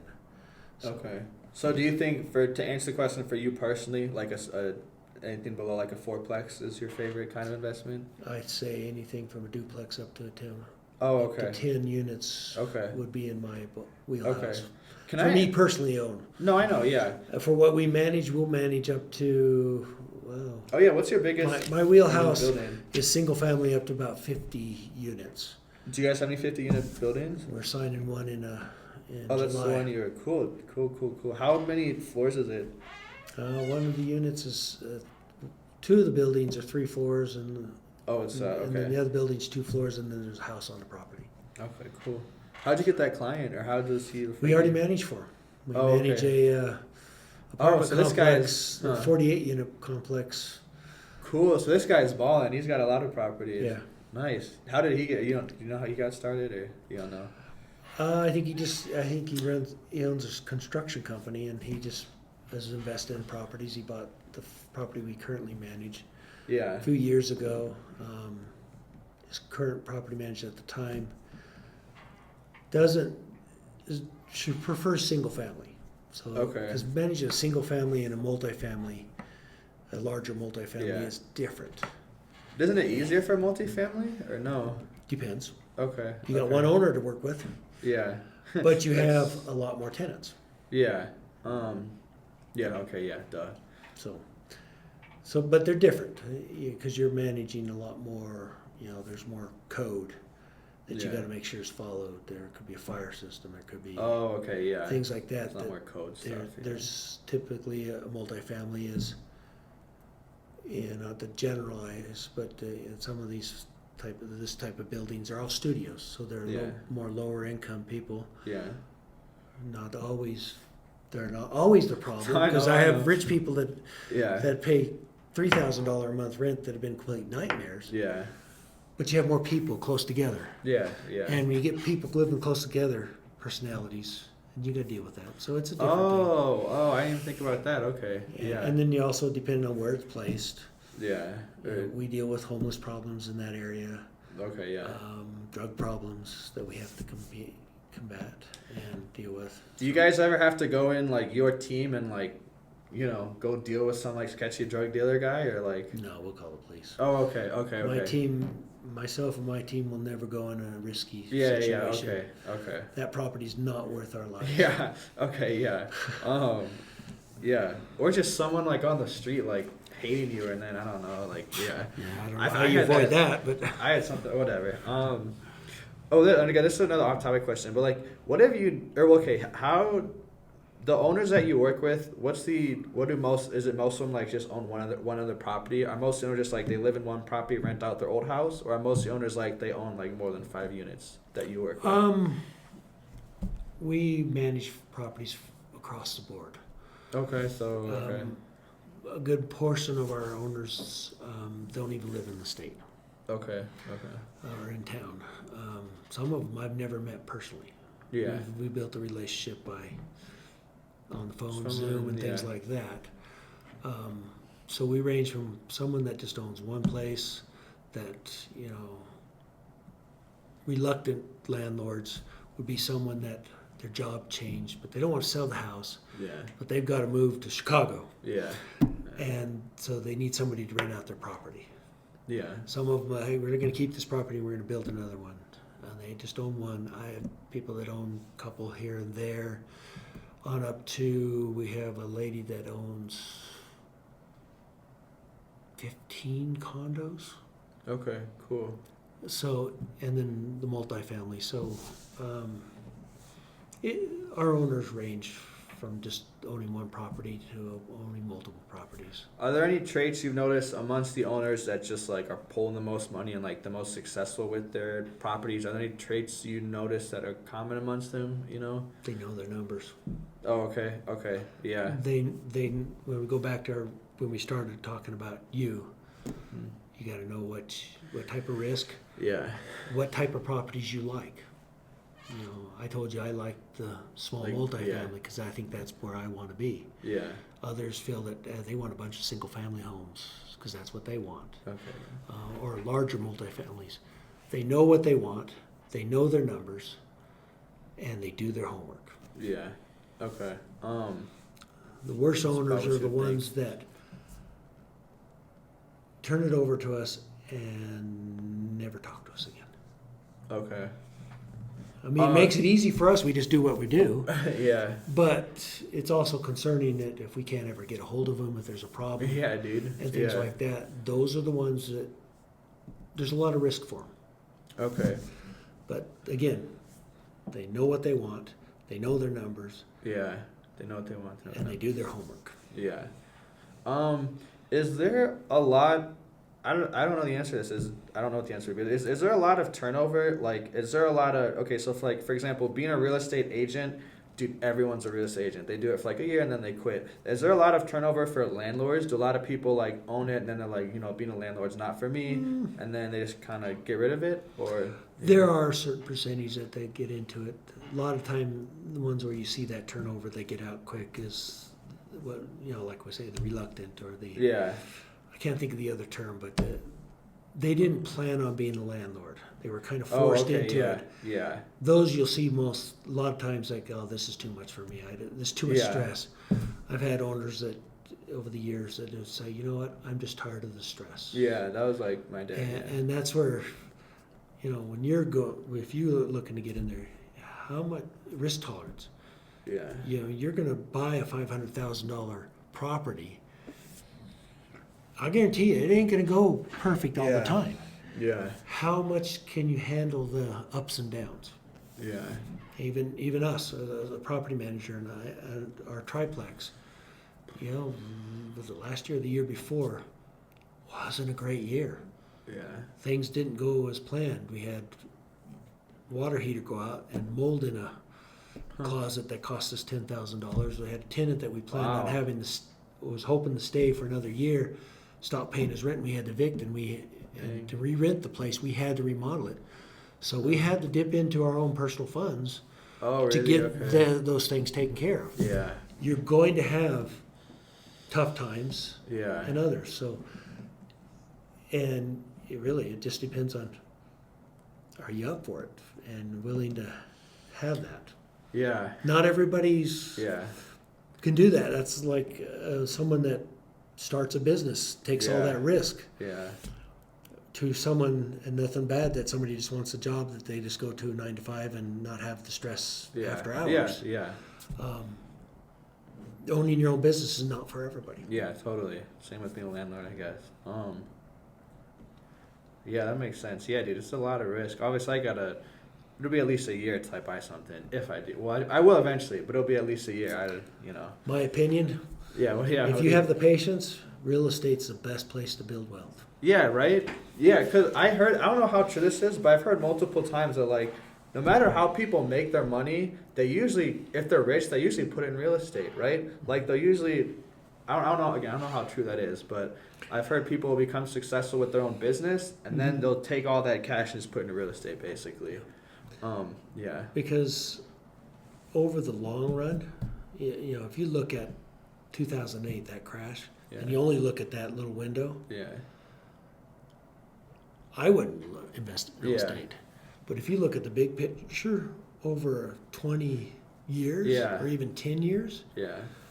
real estate has always gone up. You may have this boom Yeah. and then back up and continues up. Yeah. And it's always going to grow, but it's also a patient man's game Yeah. Yeah. because we've invested in properties and yeah, we're cash flowing and we're not even taking income from it because we're just putting it in the bank to improve the properties or to buy another property. Yeah. And we still have loans on them, Yeah. but every payment we make on that loan brings me more equity. Yeah. And more time in the market, the values go up. And so I would say the properties we've had them for a couple of years or so. We've probably, I'm ballparking it, Sure. made $50,000 to $100,000 in just equity And for in the past couple years? in the past couple of Okay. years.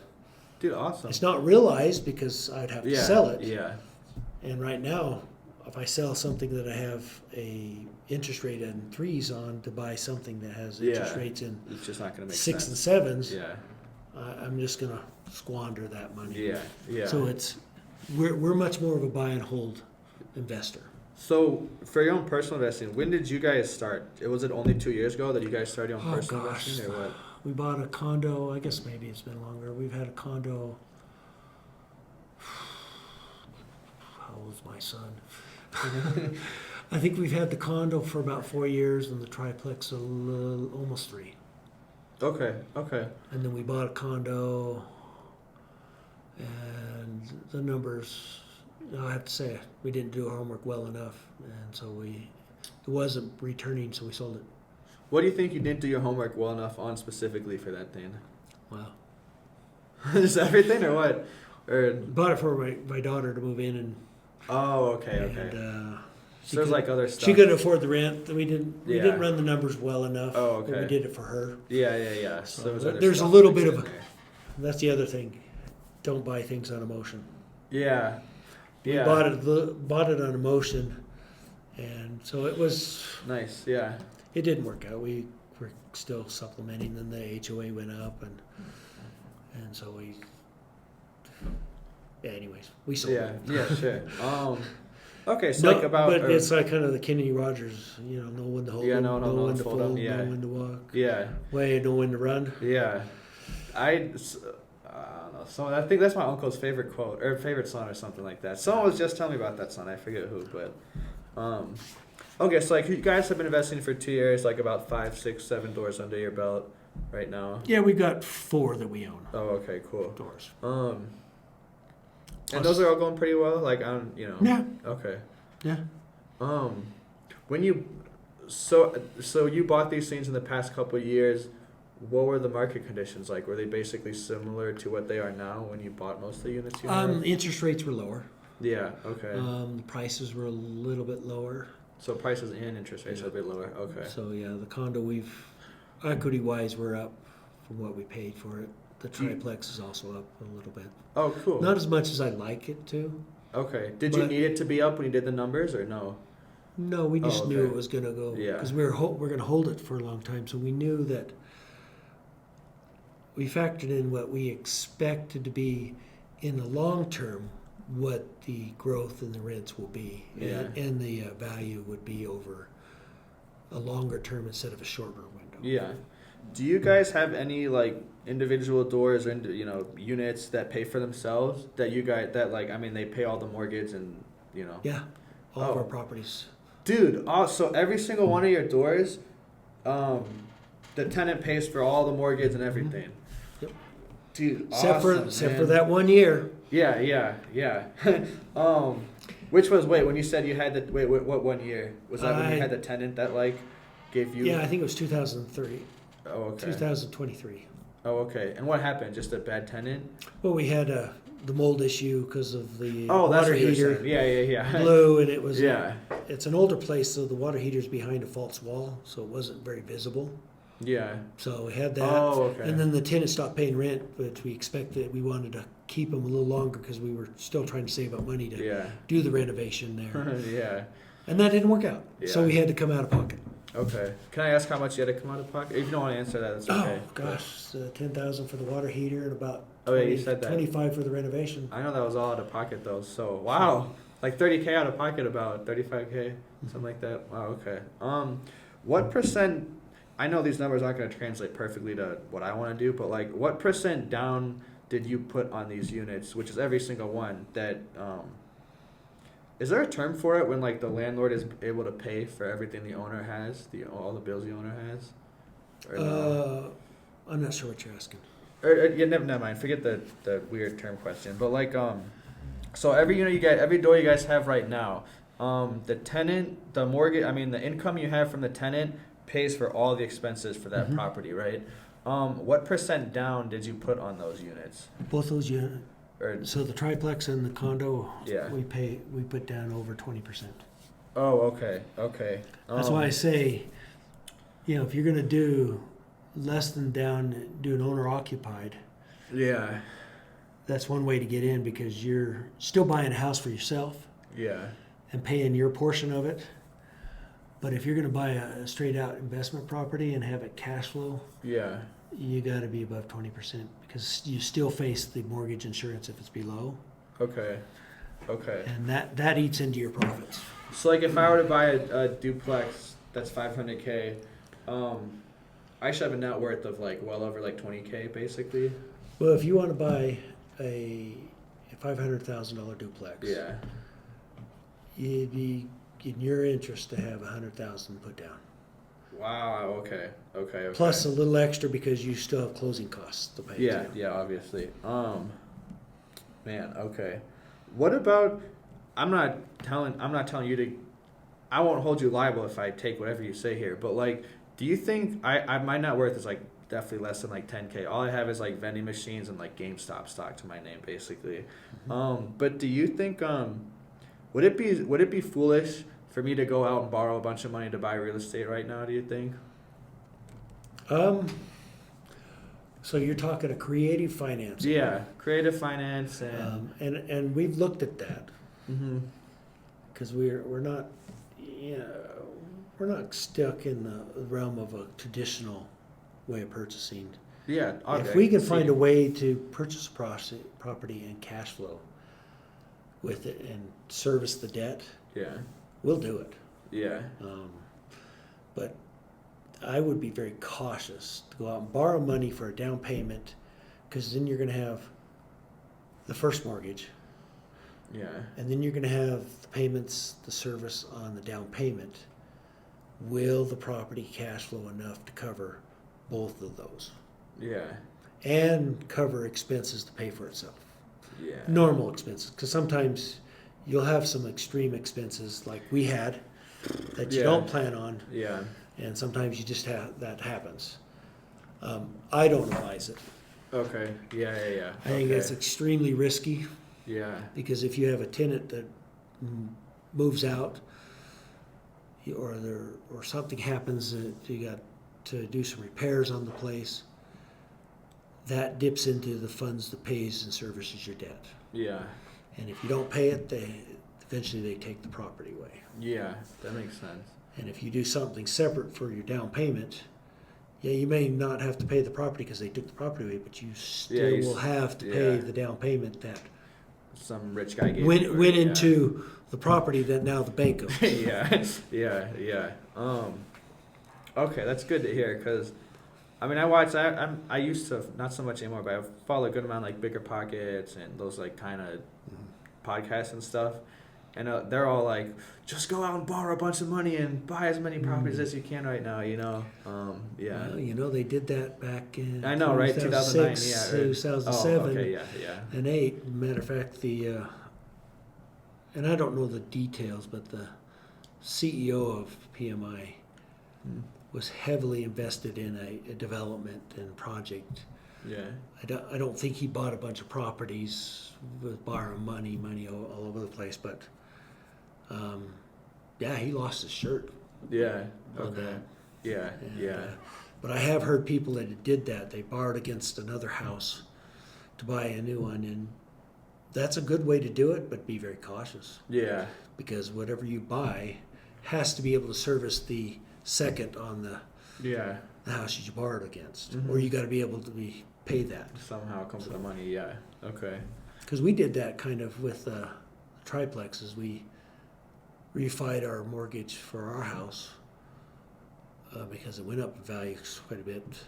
Nice. Borrowed some money from that for the down payment, but we were willing to bring that mortgage into our personal costs for the money we borrowed for this.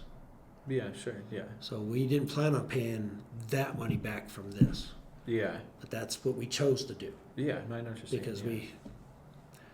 we could afford to do that, and then that's how we did it. So Yeah. Okay, this is another good question, but well, okay, the question is, do you help clients buy investment properties or just manage them? What does it look like if one of your current clients is like, "Hey, Robert, I want to get a new I want to get a new investment property, but I don't know where to start." Do you kind of give them some guidance, or like, and so what does that look we'll like? sit then? down. I mean, just like a conversation you and I have. Okay. Oh, okay. ask, what are you looking for?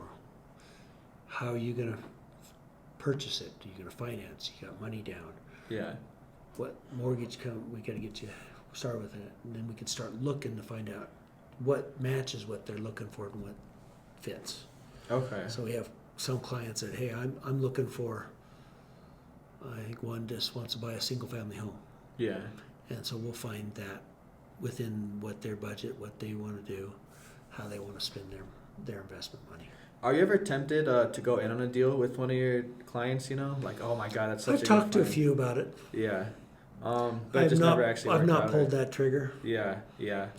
It's a lot I of think, tangling that could happen, I yeah, guess. I think for our risk, Yeah. how much risk we're willing to take it, we rather take risks and keep it in our Just family you guys, yeah, yeah. instead of having somebody Else that's involved. and it's somebody like else that may dead not be and have the same goals as you guys, or main goals, or the goals change. So, Yeah. I know that, of course, our goals, my wife and I's goals could change, and sure. I doubt we're going to part ways, but Yeah. you never know. Yeah. But it's less likely there than a partnership out there, Yeah. because opinions and ideas change, Yeah. Okay. and we just want to own it all. We want to own it all and control what we do. Yeah, yeah. I was gonna ask this earlier, but so I know you were saying when you decided to pull the trigger with this franchise, of PMI specifically, were you guys already thinking about an exit plan when you were buying this? So did you buy PMI knowing, hey, me and my wife kind of want to like either turn into semi-passive income or sell it, or were you not even thinking that far ahead when you bought it? Oh no, we Okay, it yeah. may have been at a 35,000 foot level of thinking Yeah, this sure. is where we want to go. Yeah. Now we're probably down to about a 20,000 or 15,000 foot level of Nice. what it's going to look like in Yeah. 5 years. Hopefully not 10 years. We're not doing things. So Okay. we're looking 5 years or a little bit more than that of being very passive.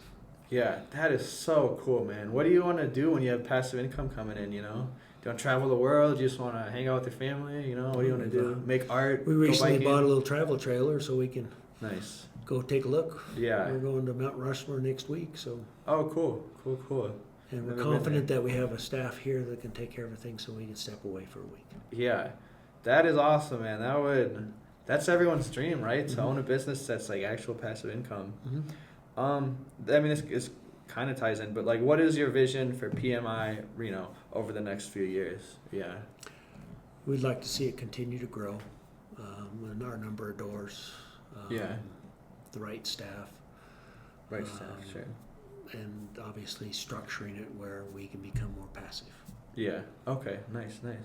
That's a high level of Yeah. Sure. where we're at. Yeah, that makes sense. Trying to get to the point and you understand economy of scales.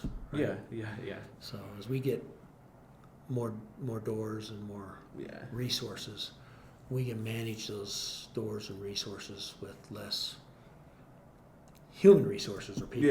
Yeah, totally. Yeah, cool. Are you planning to grow your team or expand into other cities? And if so, would you need another physical location to do that? Yeah, no. You do not? Oh, okay. So you, What's the furthest away property that you manage right now? Like, what's the farthest away? We have properties in Fernley. I don't know where that is. Is that like 2-hour drive or what? It's about a half an hour, 40 minutes. Okay. Going down 80. Okay. And then we're got some properties down in Minden, which is below Carson City. Okay, I know where that is. Okay. So we can't manage beyond 60 Miles beyond like circle, Yeah. as the crow flies. Yeah. Legally, Nevada law restricts Legally it. or because of PMI? No. Property Restricted, managers are no. not? Or what's the, yeah, sorry. In Nevada, you have a 60-mile radius that you can't really manage beyond that. Oh, you can't realistically actually do that? Like in real life? Realistically, if you want to provide good service, so you can't. Oh, okay. But by law, you can't. Yeah. Either. Okay. You have to have somebody within 60 miles that can respond to issues at the property.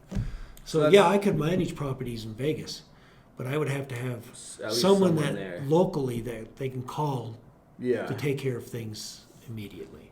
I know that. So that's a rule for all property managers in the state, Yeah. right? Yeah. Okay. In Nevada, it is. Yeah. Okay. Now, as a business model, why would you want to manage a property in Yeah, Elko right. Yeah.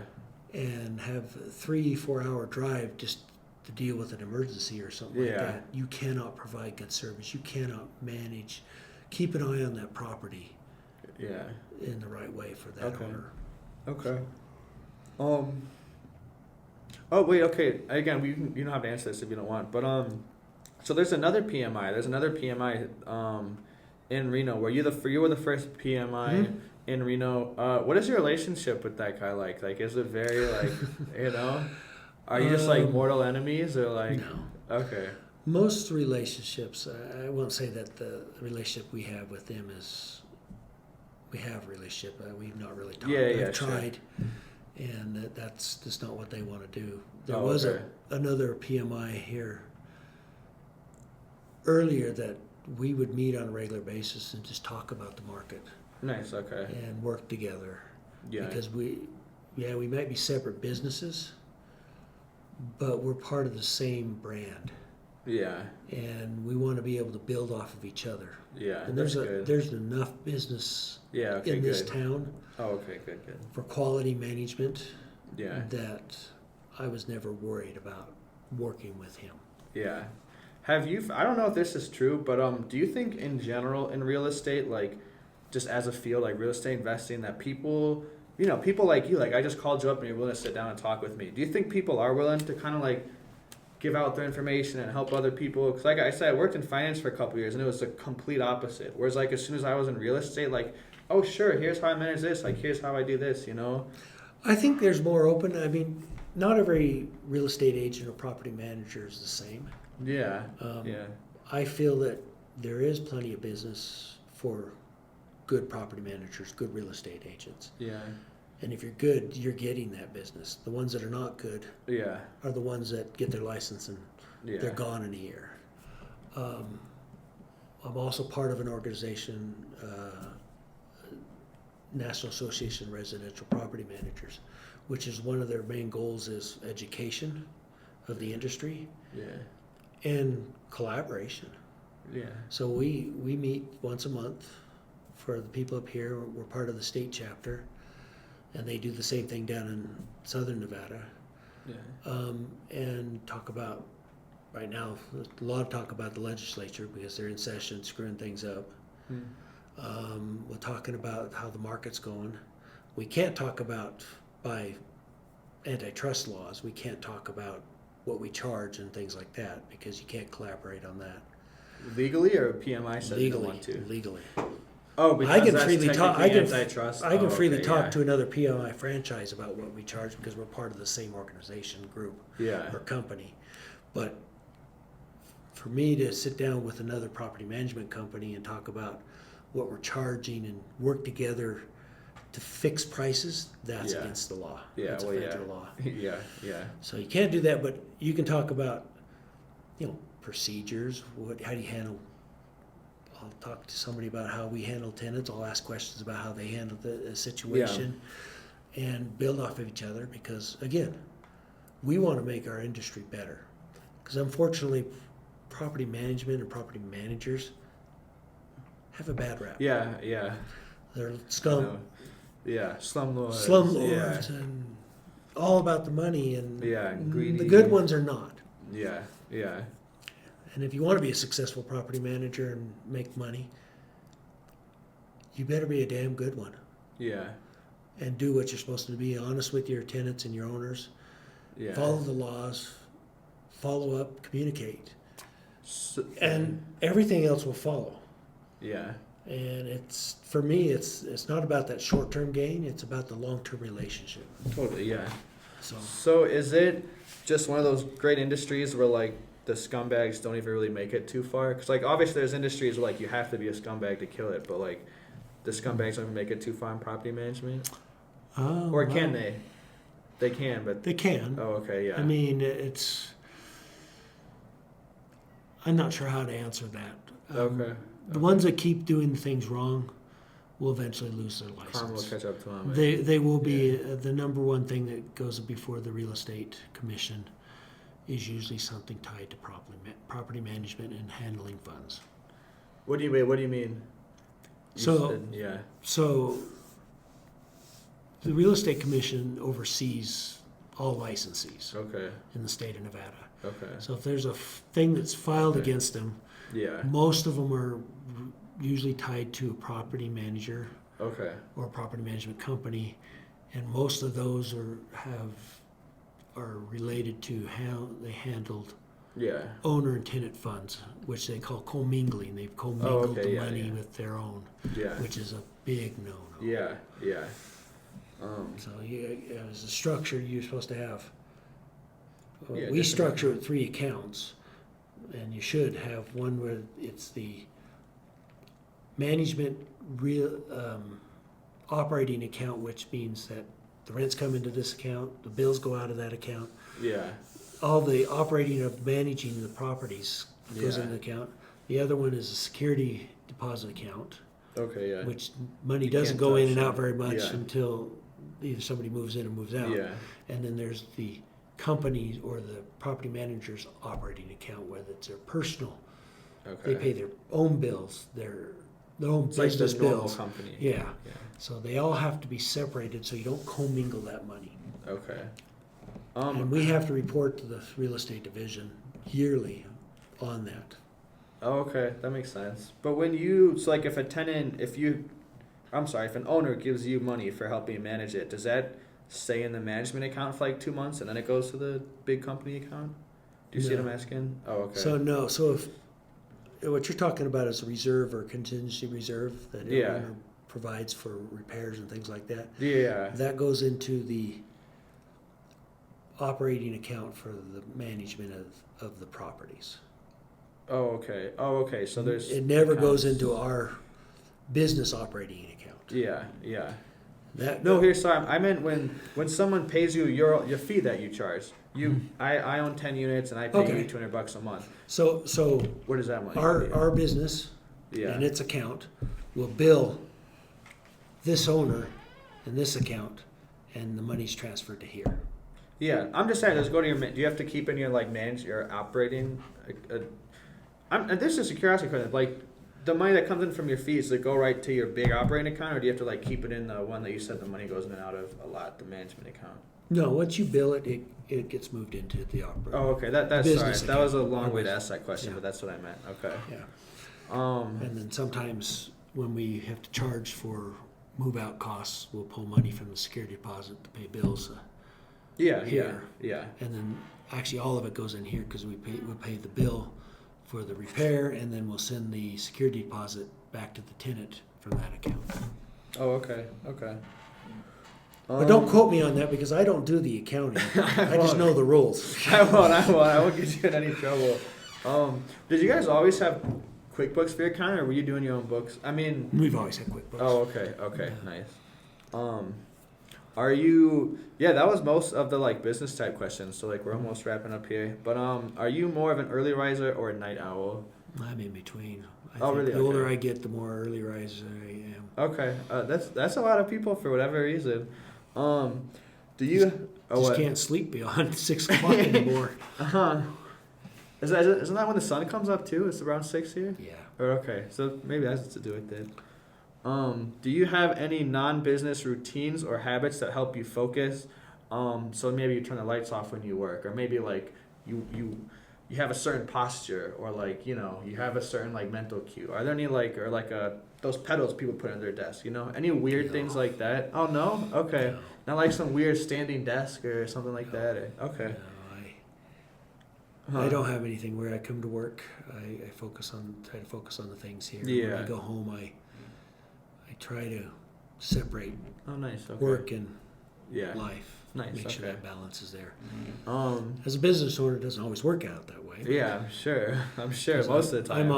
I'm usually the last person on call, so if something goes on, I'm usually the one that gets called. Even still nowadays, you're still. Yeah, I don't get very many calls, but if, Oh, well, if okay. push comes to shove, I'm Yeah, usually who's gonna be available. there? Yeah, yeah. The Okay. buck stops with me Yeah. and my wife. So. Yeah, yeah. Any daily, kind of similar questions, but daily regimens or ritual you swear by for productivity or balance, or just that are good for like in life? Maybe it's just working out, meditation, something like that, you know? Well, I try to exercise every day, but the key thing is I try to have, when I get up, either I'll do it at the office or I'll do it at home. But I try to exercise in the morning, but I do my personal scripture type study, and then I plan my day every day. Oh, okay. I got a little template that I use in my Apple Notes that I copy and paste, and I go through and plan what I need to get done for the day. Okay. Planning, if you're going to be successful, really successful, Yeah. you got to take at least 15 minutes a day and plan what's going on. The second part of that is, which I Okay. struggle with, but have goals, you know, long-term, mid-term, and short-term goals, Yeah. and look at them on a regular basis, which is where I struggle. I get busy in putting out the fires, because property management is, That's all it is, right? a Yeah. lot of it is fires, Yeah. but I try to pull back and prevent those fires and plan and look, Yeah. be proactive instead of reactive. Yeah. And especially, it's for me, the past 5 years and moving forward, the biggest focus for us has been trying to get out of working in the business to working on the business. Okay. So instead of me doing the things in the trenches, Yeah. the day-to-day Yeah, I know what you're saying, operations, yeah. I'm doing more and more of the planning, Like and reading, expanding. and to help that, but it takes having the right people Yeah. in the trenches. Yeah. Yeah, that's something I need to hear is plan your day more. Like I feel like since I have like a few different things I'm doing, it's easy for me to just like get lost to like a completely not that important thing. Trust you me, know? I still struggle with it. Yeah. Some days I don't plan, Yeah. and I look at it the next day and say, "Oh, why didn't I do that? Yeah. Why didn't I do this thing on my list? Because I need it." Yeah. But like the past 6 hours, you felt like you're being productive, you know, but like you still forgot the main important things. That's usually when we're putting out fires, and I get done at the day. I was like, "What did I do today?" Yeah. Because it wasn't anything I planned, but I know I worked all day. Yeah. Yeah. So But I really will do that. I really will start implementing more planning in my mornings. Do you have a to-do list on your phone, or is it just like a morning plan thing? I use the reminders, the to-do list on my phone. Do you have, I mean, like, I'm sorry, do you have like a single note that's like a to-do list? I know a lot of people I've kind of worked with have like a single note that's to-do, and over time it just keeps on adding stuff more. Do you do that, or is your strategy just clear your one template note in the morning and then? No, the template is more a reminder to review my reminders, my Okay. to-do list, Okay. and that may grow or shrink based on emails, what I'm looking at in my business planning, Yeah. and other things that we're working on. That will change. So I go through, and I mean, I check off my personal study, I check off my exercise. I try to actually note what I read or what I did, just For, like- to be accountable to myself. Then I'll go to my calendars and meetings Yeah. spot, and then if I have meetings, I'll write it just a headline of what that meeting is, and I'll put my notes Yeah. in under there. Yeah, okay. So Sure, it's yeah, all in yeah, one yeah, yeah. day sheet. And then I'll go to Yeah, my I know what you're reminders, saying. look, okay, what do I got in my reminders that I need to get focused on, adjust them however I need to do. And I'll review my, projects I'm currently working on. Yeah. I have a section for my goals. So I may not look at that every day, but it's always in my sheet. Yeah. So I can just click on it and go to my big goals, which I'll look at 1 year, 3 year, and 10 year. Is that what you do? 1 year, 3 year, 10 year goals? Mhm. Oh, cool. Yeah. Cool. Okay. Because we use a kind of a management philosophy called EOS. I've heard about that. Entrepreneur Operating Systems. What is? Can you tell me about that? What is that? It's just a system of managing, controlling what you got to work on, focusing, setting goals. They call them rocks, and it's a system to help building Okay. on that. I'm gonna write that down. Yeah. Okay. Have you always used this EOS for this company or no? For this company, mostly, yeah. It was something that was put out by the franchise. Oh, so I've been- EOS is a PMI thing? It's what they use. Or, it's just what It's not okay, theirs, yeah, but no, it's okay, yeah, what I they're. see. Yeah, So sure. you can type in EOS or Yeah. Entrepreneur Operating Systems, and you'll get. They got a book called Traction. That's pretty good. Oh, really? That was one of the questions. So maybe that'll be the book you recommend. Is But Traction. Okay. I've been through. In my career and life, I've been through several variations of this type of Systems to- stuff. Yeah, me too. Yeah. So it's not new to me. Yeah. I've modified what EOS is to match what I'm comfortable with. Yeah. Yeah. So, but that's what I do. Okay. And what I'm working on is trying to better taking notes at the end of the day of summarizing what I did that day. But I still have a bad habit of And yeah. the day ends, 5 o'clock clicks, or something Yeah, I comes know, up, yeah. I'm out the door, and I forgot. Yeah. I go back the next day to write down. I was like, what did I do yesterday? Yeah. And so you said you the summarize at the end of the day. Why? Why do you even do that? Why bother doing that?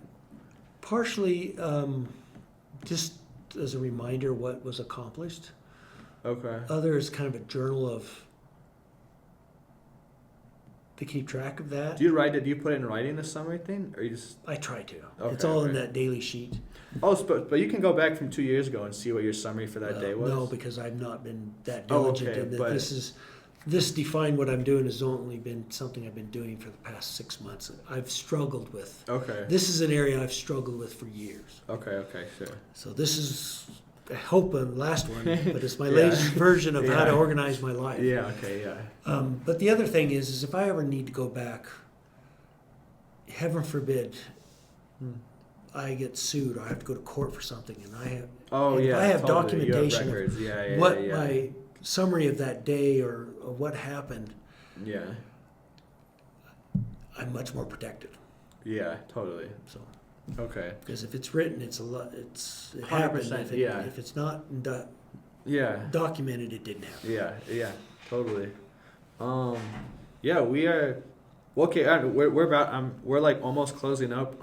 Was there any questions I should have asked you about PMI that like would be good to know, or like, I don't know, just like tips you wish you could have divulged that I didn't pry out of you, anything like that? Well, if you're interested in a solid business model, PMI has a very good one in the property management. Actually, it's much more, not just property management anymore, it's real estate services. Okay. They're a great franchise on that. Happy to be there. What we've done has gone beyond what we dreamed we could do. Awesome, I never man. thought we could be in the position that we are and to be Yeah. able to do the things we are doing. Awesome, dude. I know that if I would have stayed with my prior company, I probably would have moved up and done some different things, but I don't think I would have ever achieved the financial success that we have right now. Yeah. And we're still building upon it. Nice, dude. Okay, all right. So last few just like personal questions. Do you have a favorite book? So yeah, I mean hear that, but like, do you have a favorite book? Well, I like reading my scriptures. I like good. The Bible's a good answer if you want to say yeah, that. The Bible's good. Okay.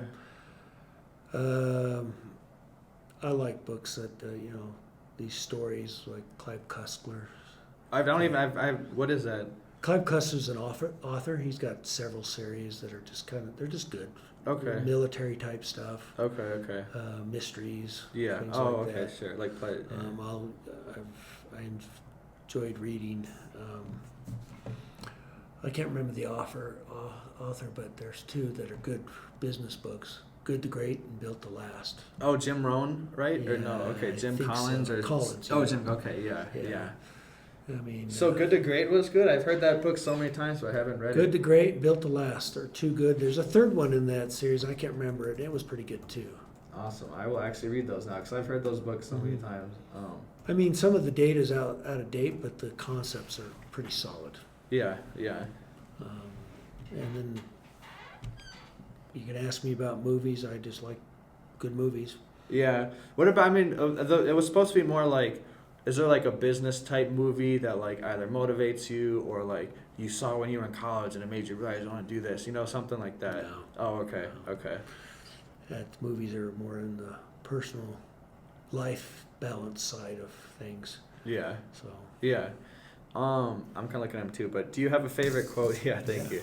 sorry. No, actually, I want to ask that one last. But I guess you already answered this question about the distribution of single family to multifamily. Almost the last question, but what do you like most about the area? So you came back to Reno. Yeah, what do you like most about I didn't Reno? come back. What? Oh no, I I'm grew up sorry. in Yeah, I Las forgot Vegas. Vegas to Came back to Nevada, but I To- didn't want yeah. to live in Vegas. I always loved this area. Why? Yeah, why? What makes you like It's it? just the mountains. Yeah. It's smaller. It's Yeah, right. Yeah. I just have liked it. Yeah, So- yeah. I like I said, I think Reno's a gem. I think people don't realize how awesome it is. All right, yeah. Last question, but do you have a favorite quote or I do. movie line? I have or two favorite quotes. Please, yeah. One of them is "Find joy in the journey," Okay. and that was said. Both of these were said by the same person, Thomas S. Monson. Okay, I gotta And- remember that. for And sure. then the other one is "Your future is as bright as your faith."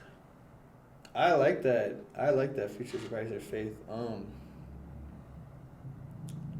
Yeah, those are good, dude. And I got hundreds of other quotes. That I just, No, I know. But But those those ones, I've those even heard ones those, I so- think about a lot because it's life is a journey, and you need to find joy in it. Yeah, and, dude. and you know how well you'll do. It depends on how much you believe Yeah. in yourself, in what you're doing, and anything. Yeah. And yeah, you gotta find joy in the journey, dude. I feel like I'm just kind of like, I'm spending my 20s just like hustling and trying to do stuff. I'm not like, I don't know. Good. Well, I think what you're doing is you're going to gain a lot from just Yeah. talking to people. Dude, right? Yeah. If this makes money or not for you, Dude, who cares? I'm gonna make You- so you- much you- brain power from yeah, it. you're going to learn a lot of things. Yeah. Well, yeah, those are really good quotes. I haven't heard either of those, so yeah, those are good quotes. No, Thomas Monson was a president of our church a few years Oh, back. oh, okay, okay, So, okay. What did you go to church here in Reno? yeah, Church of Jesus Christ of Latter-day Saints. Is it the one that's by Sierra Vista Bike Park? Yeah, we do actually go to that building, the one on Oh. Rob. Yeah. There's a bunch of buildings here Yeah. in town. Oh, okay. I know right where that is. It's cool. So, Okay. All but right. if you're talking about the one right across the street, Yeah, that's what I'm that's talking about. that's the temple. Okay. That's not a regular meeting house. Oh, I didn't know that. Yeah. Oh, okay. Yeah, I don't know much about that religion, but Yeah. yeah, but yeah, That's that a was whole nother podcast. Yeah, Yeah. we can talk about what. I'd be curious to learn, but no, not now. But yeah, thank you very much, Robert, for coming on. I appreciate it. No problem. And yeah, that's it.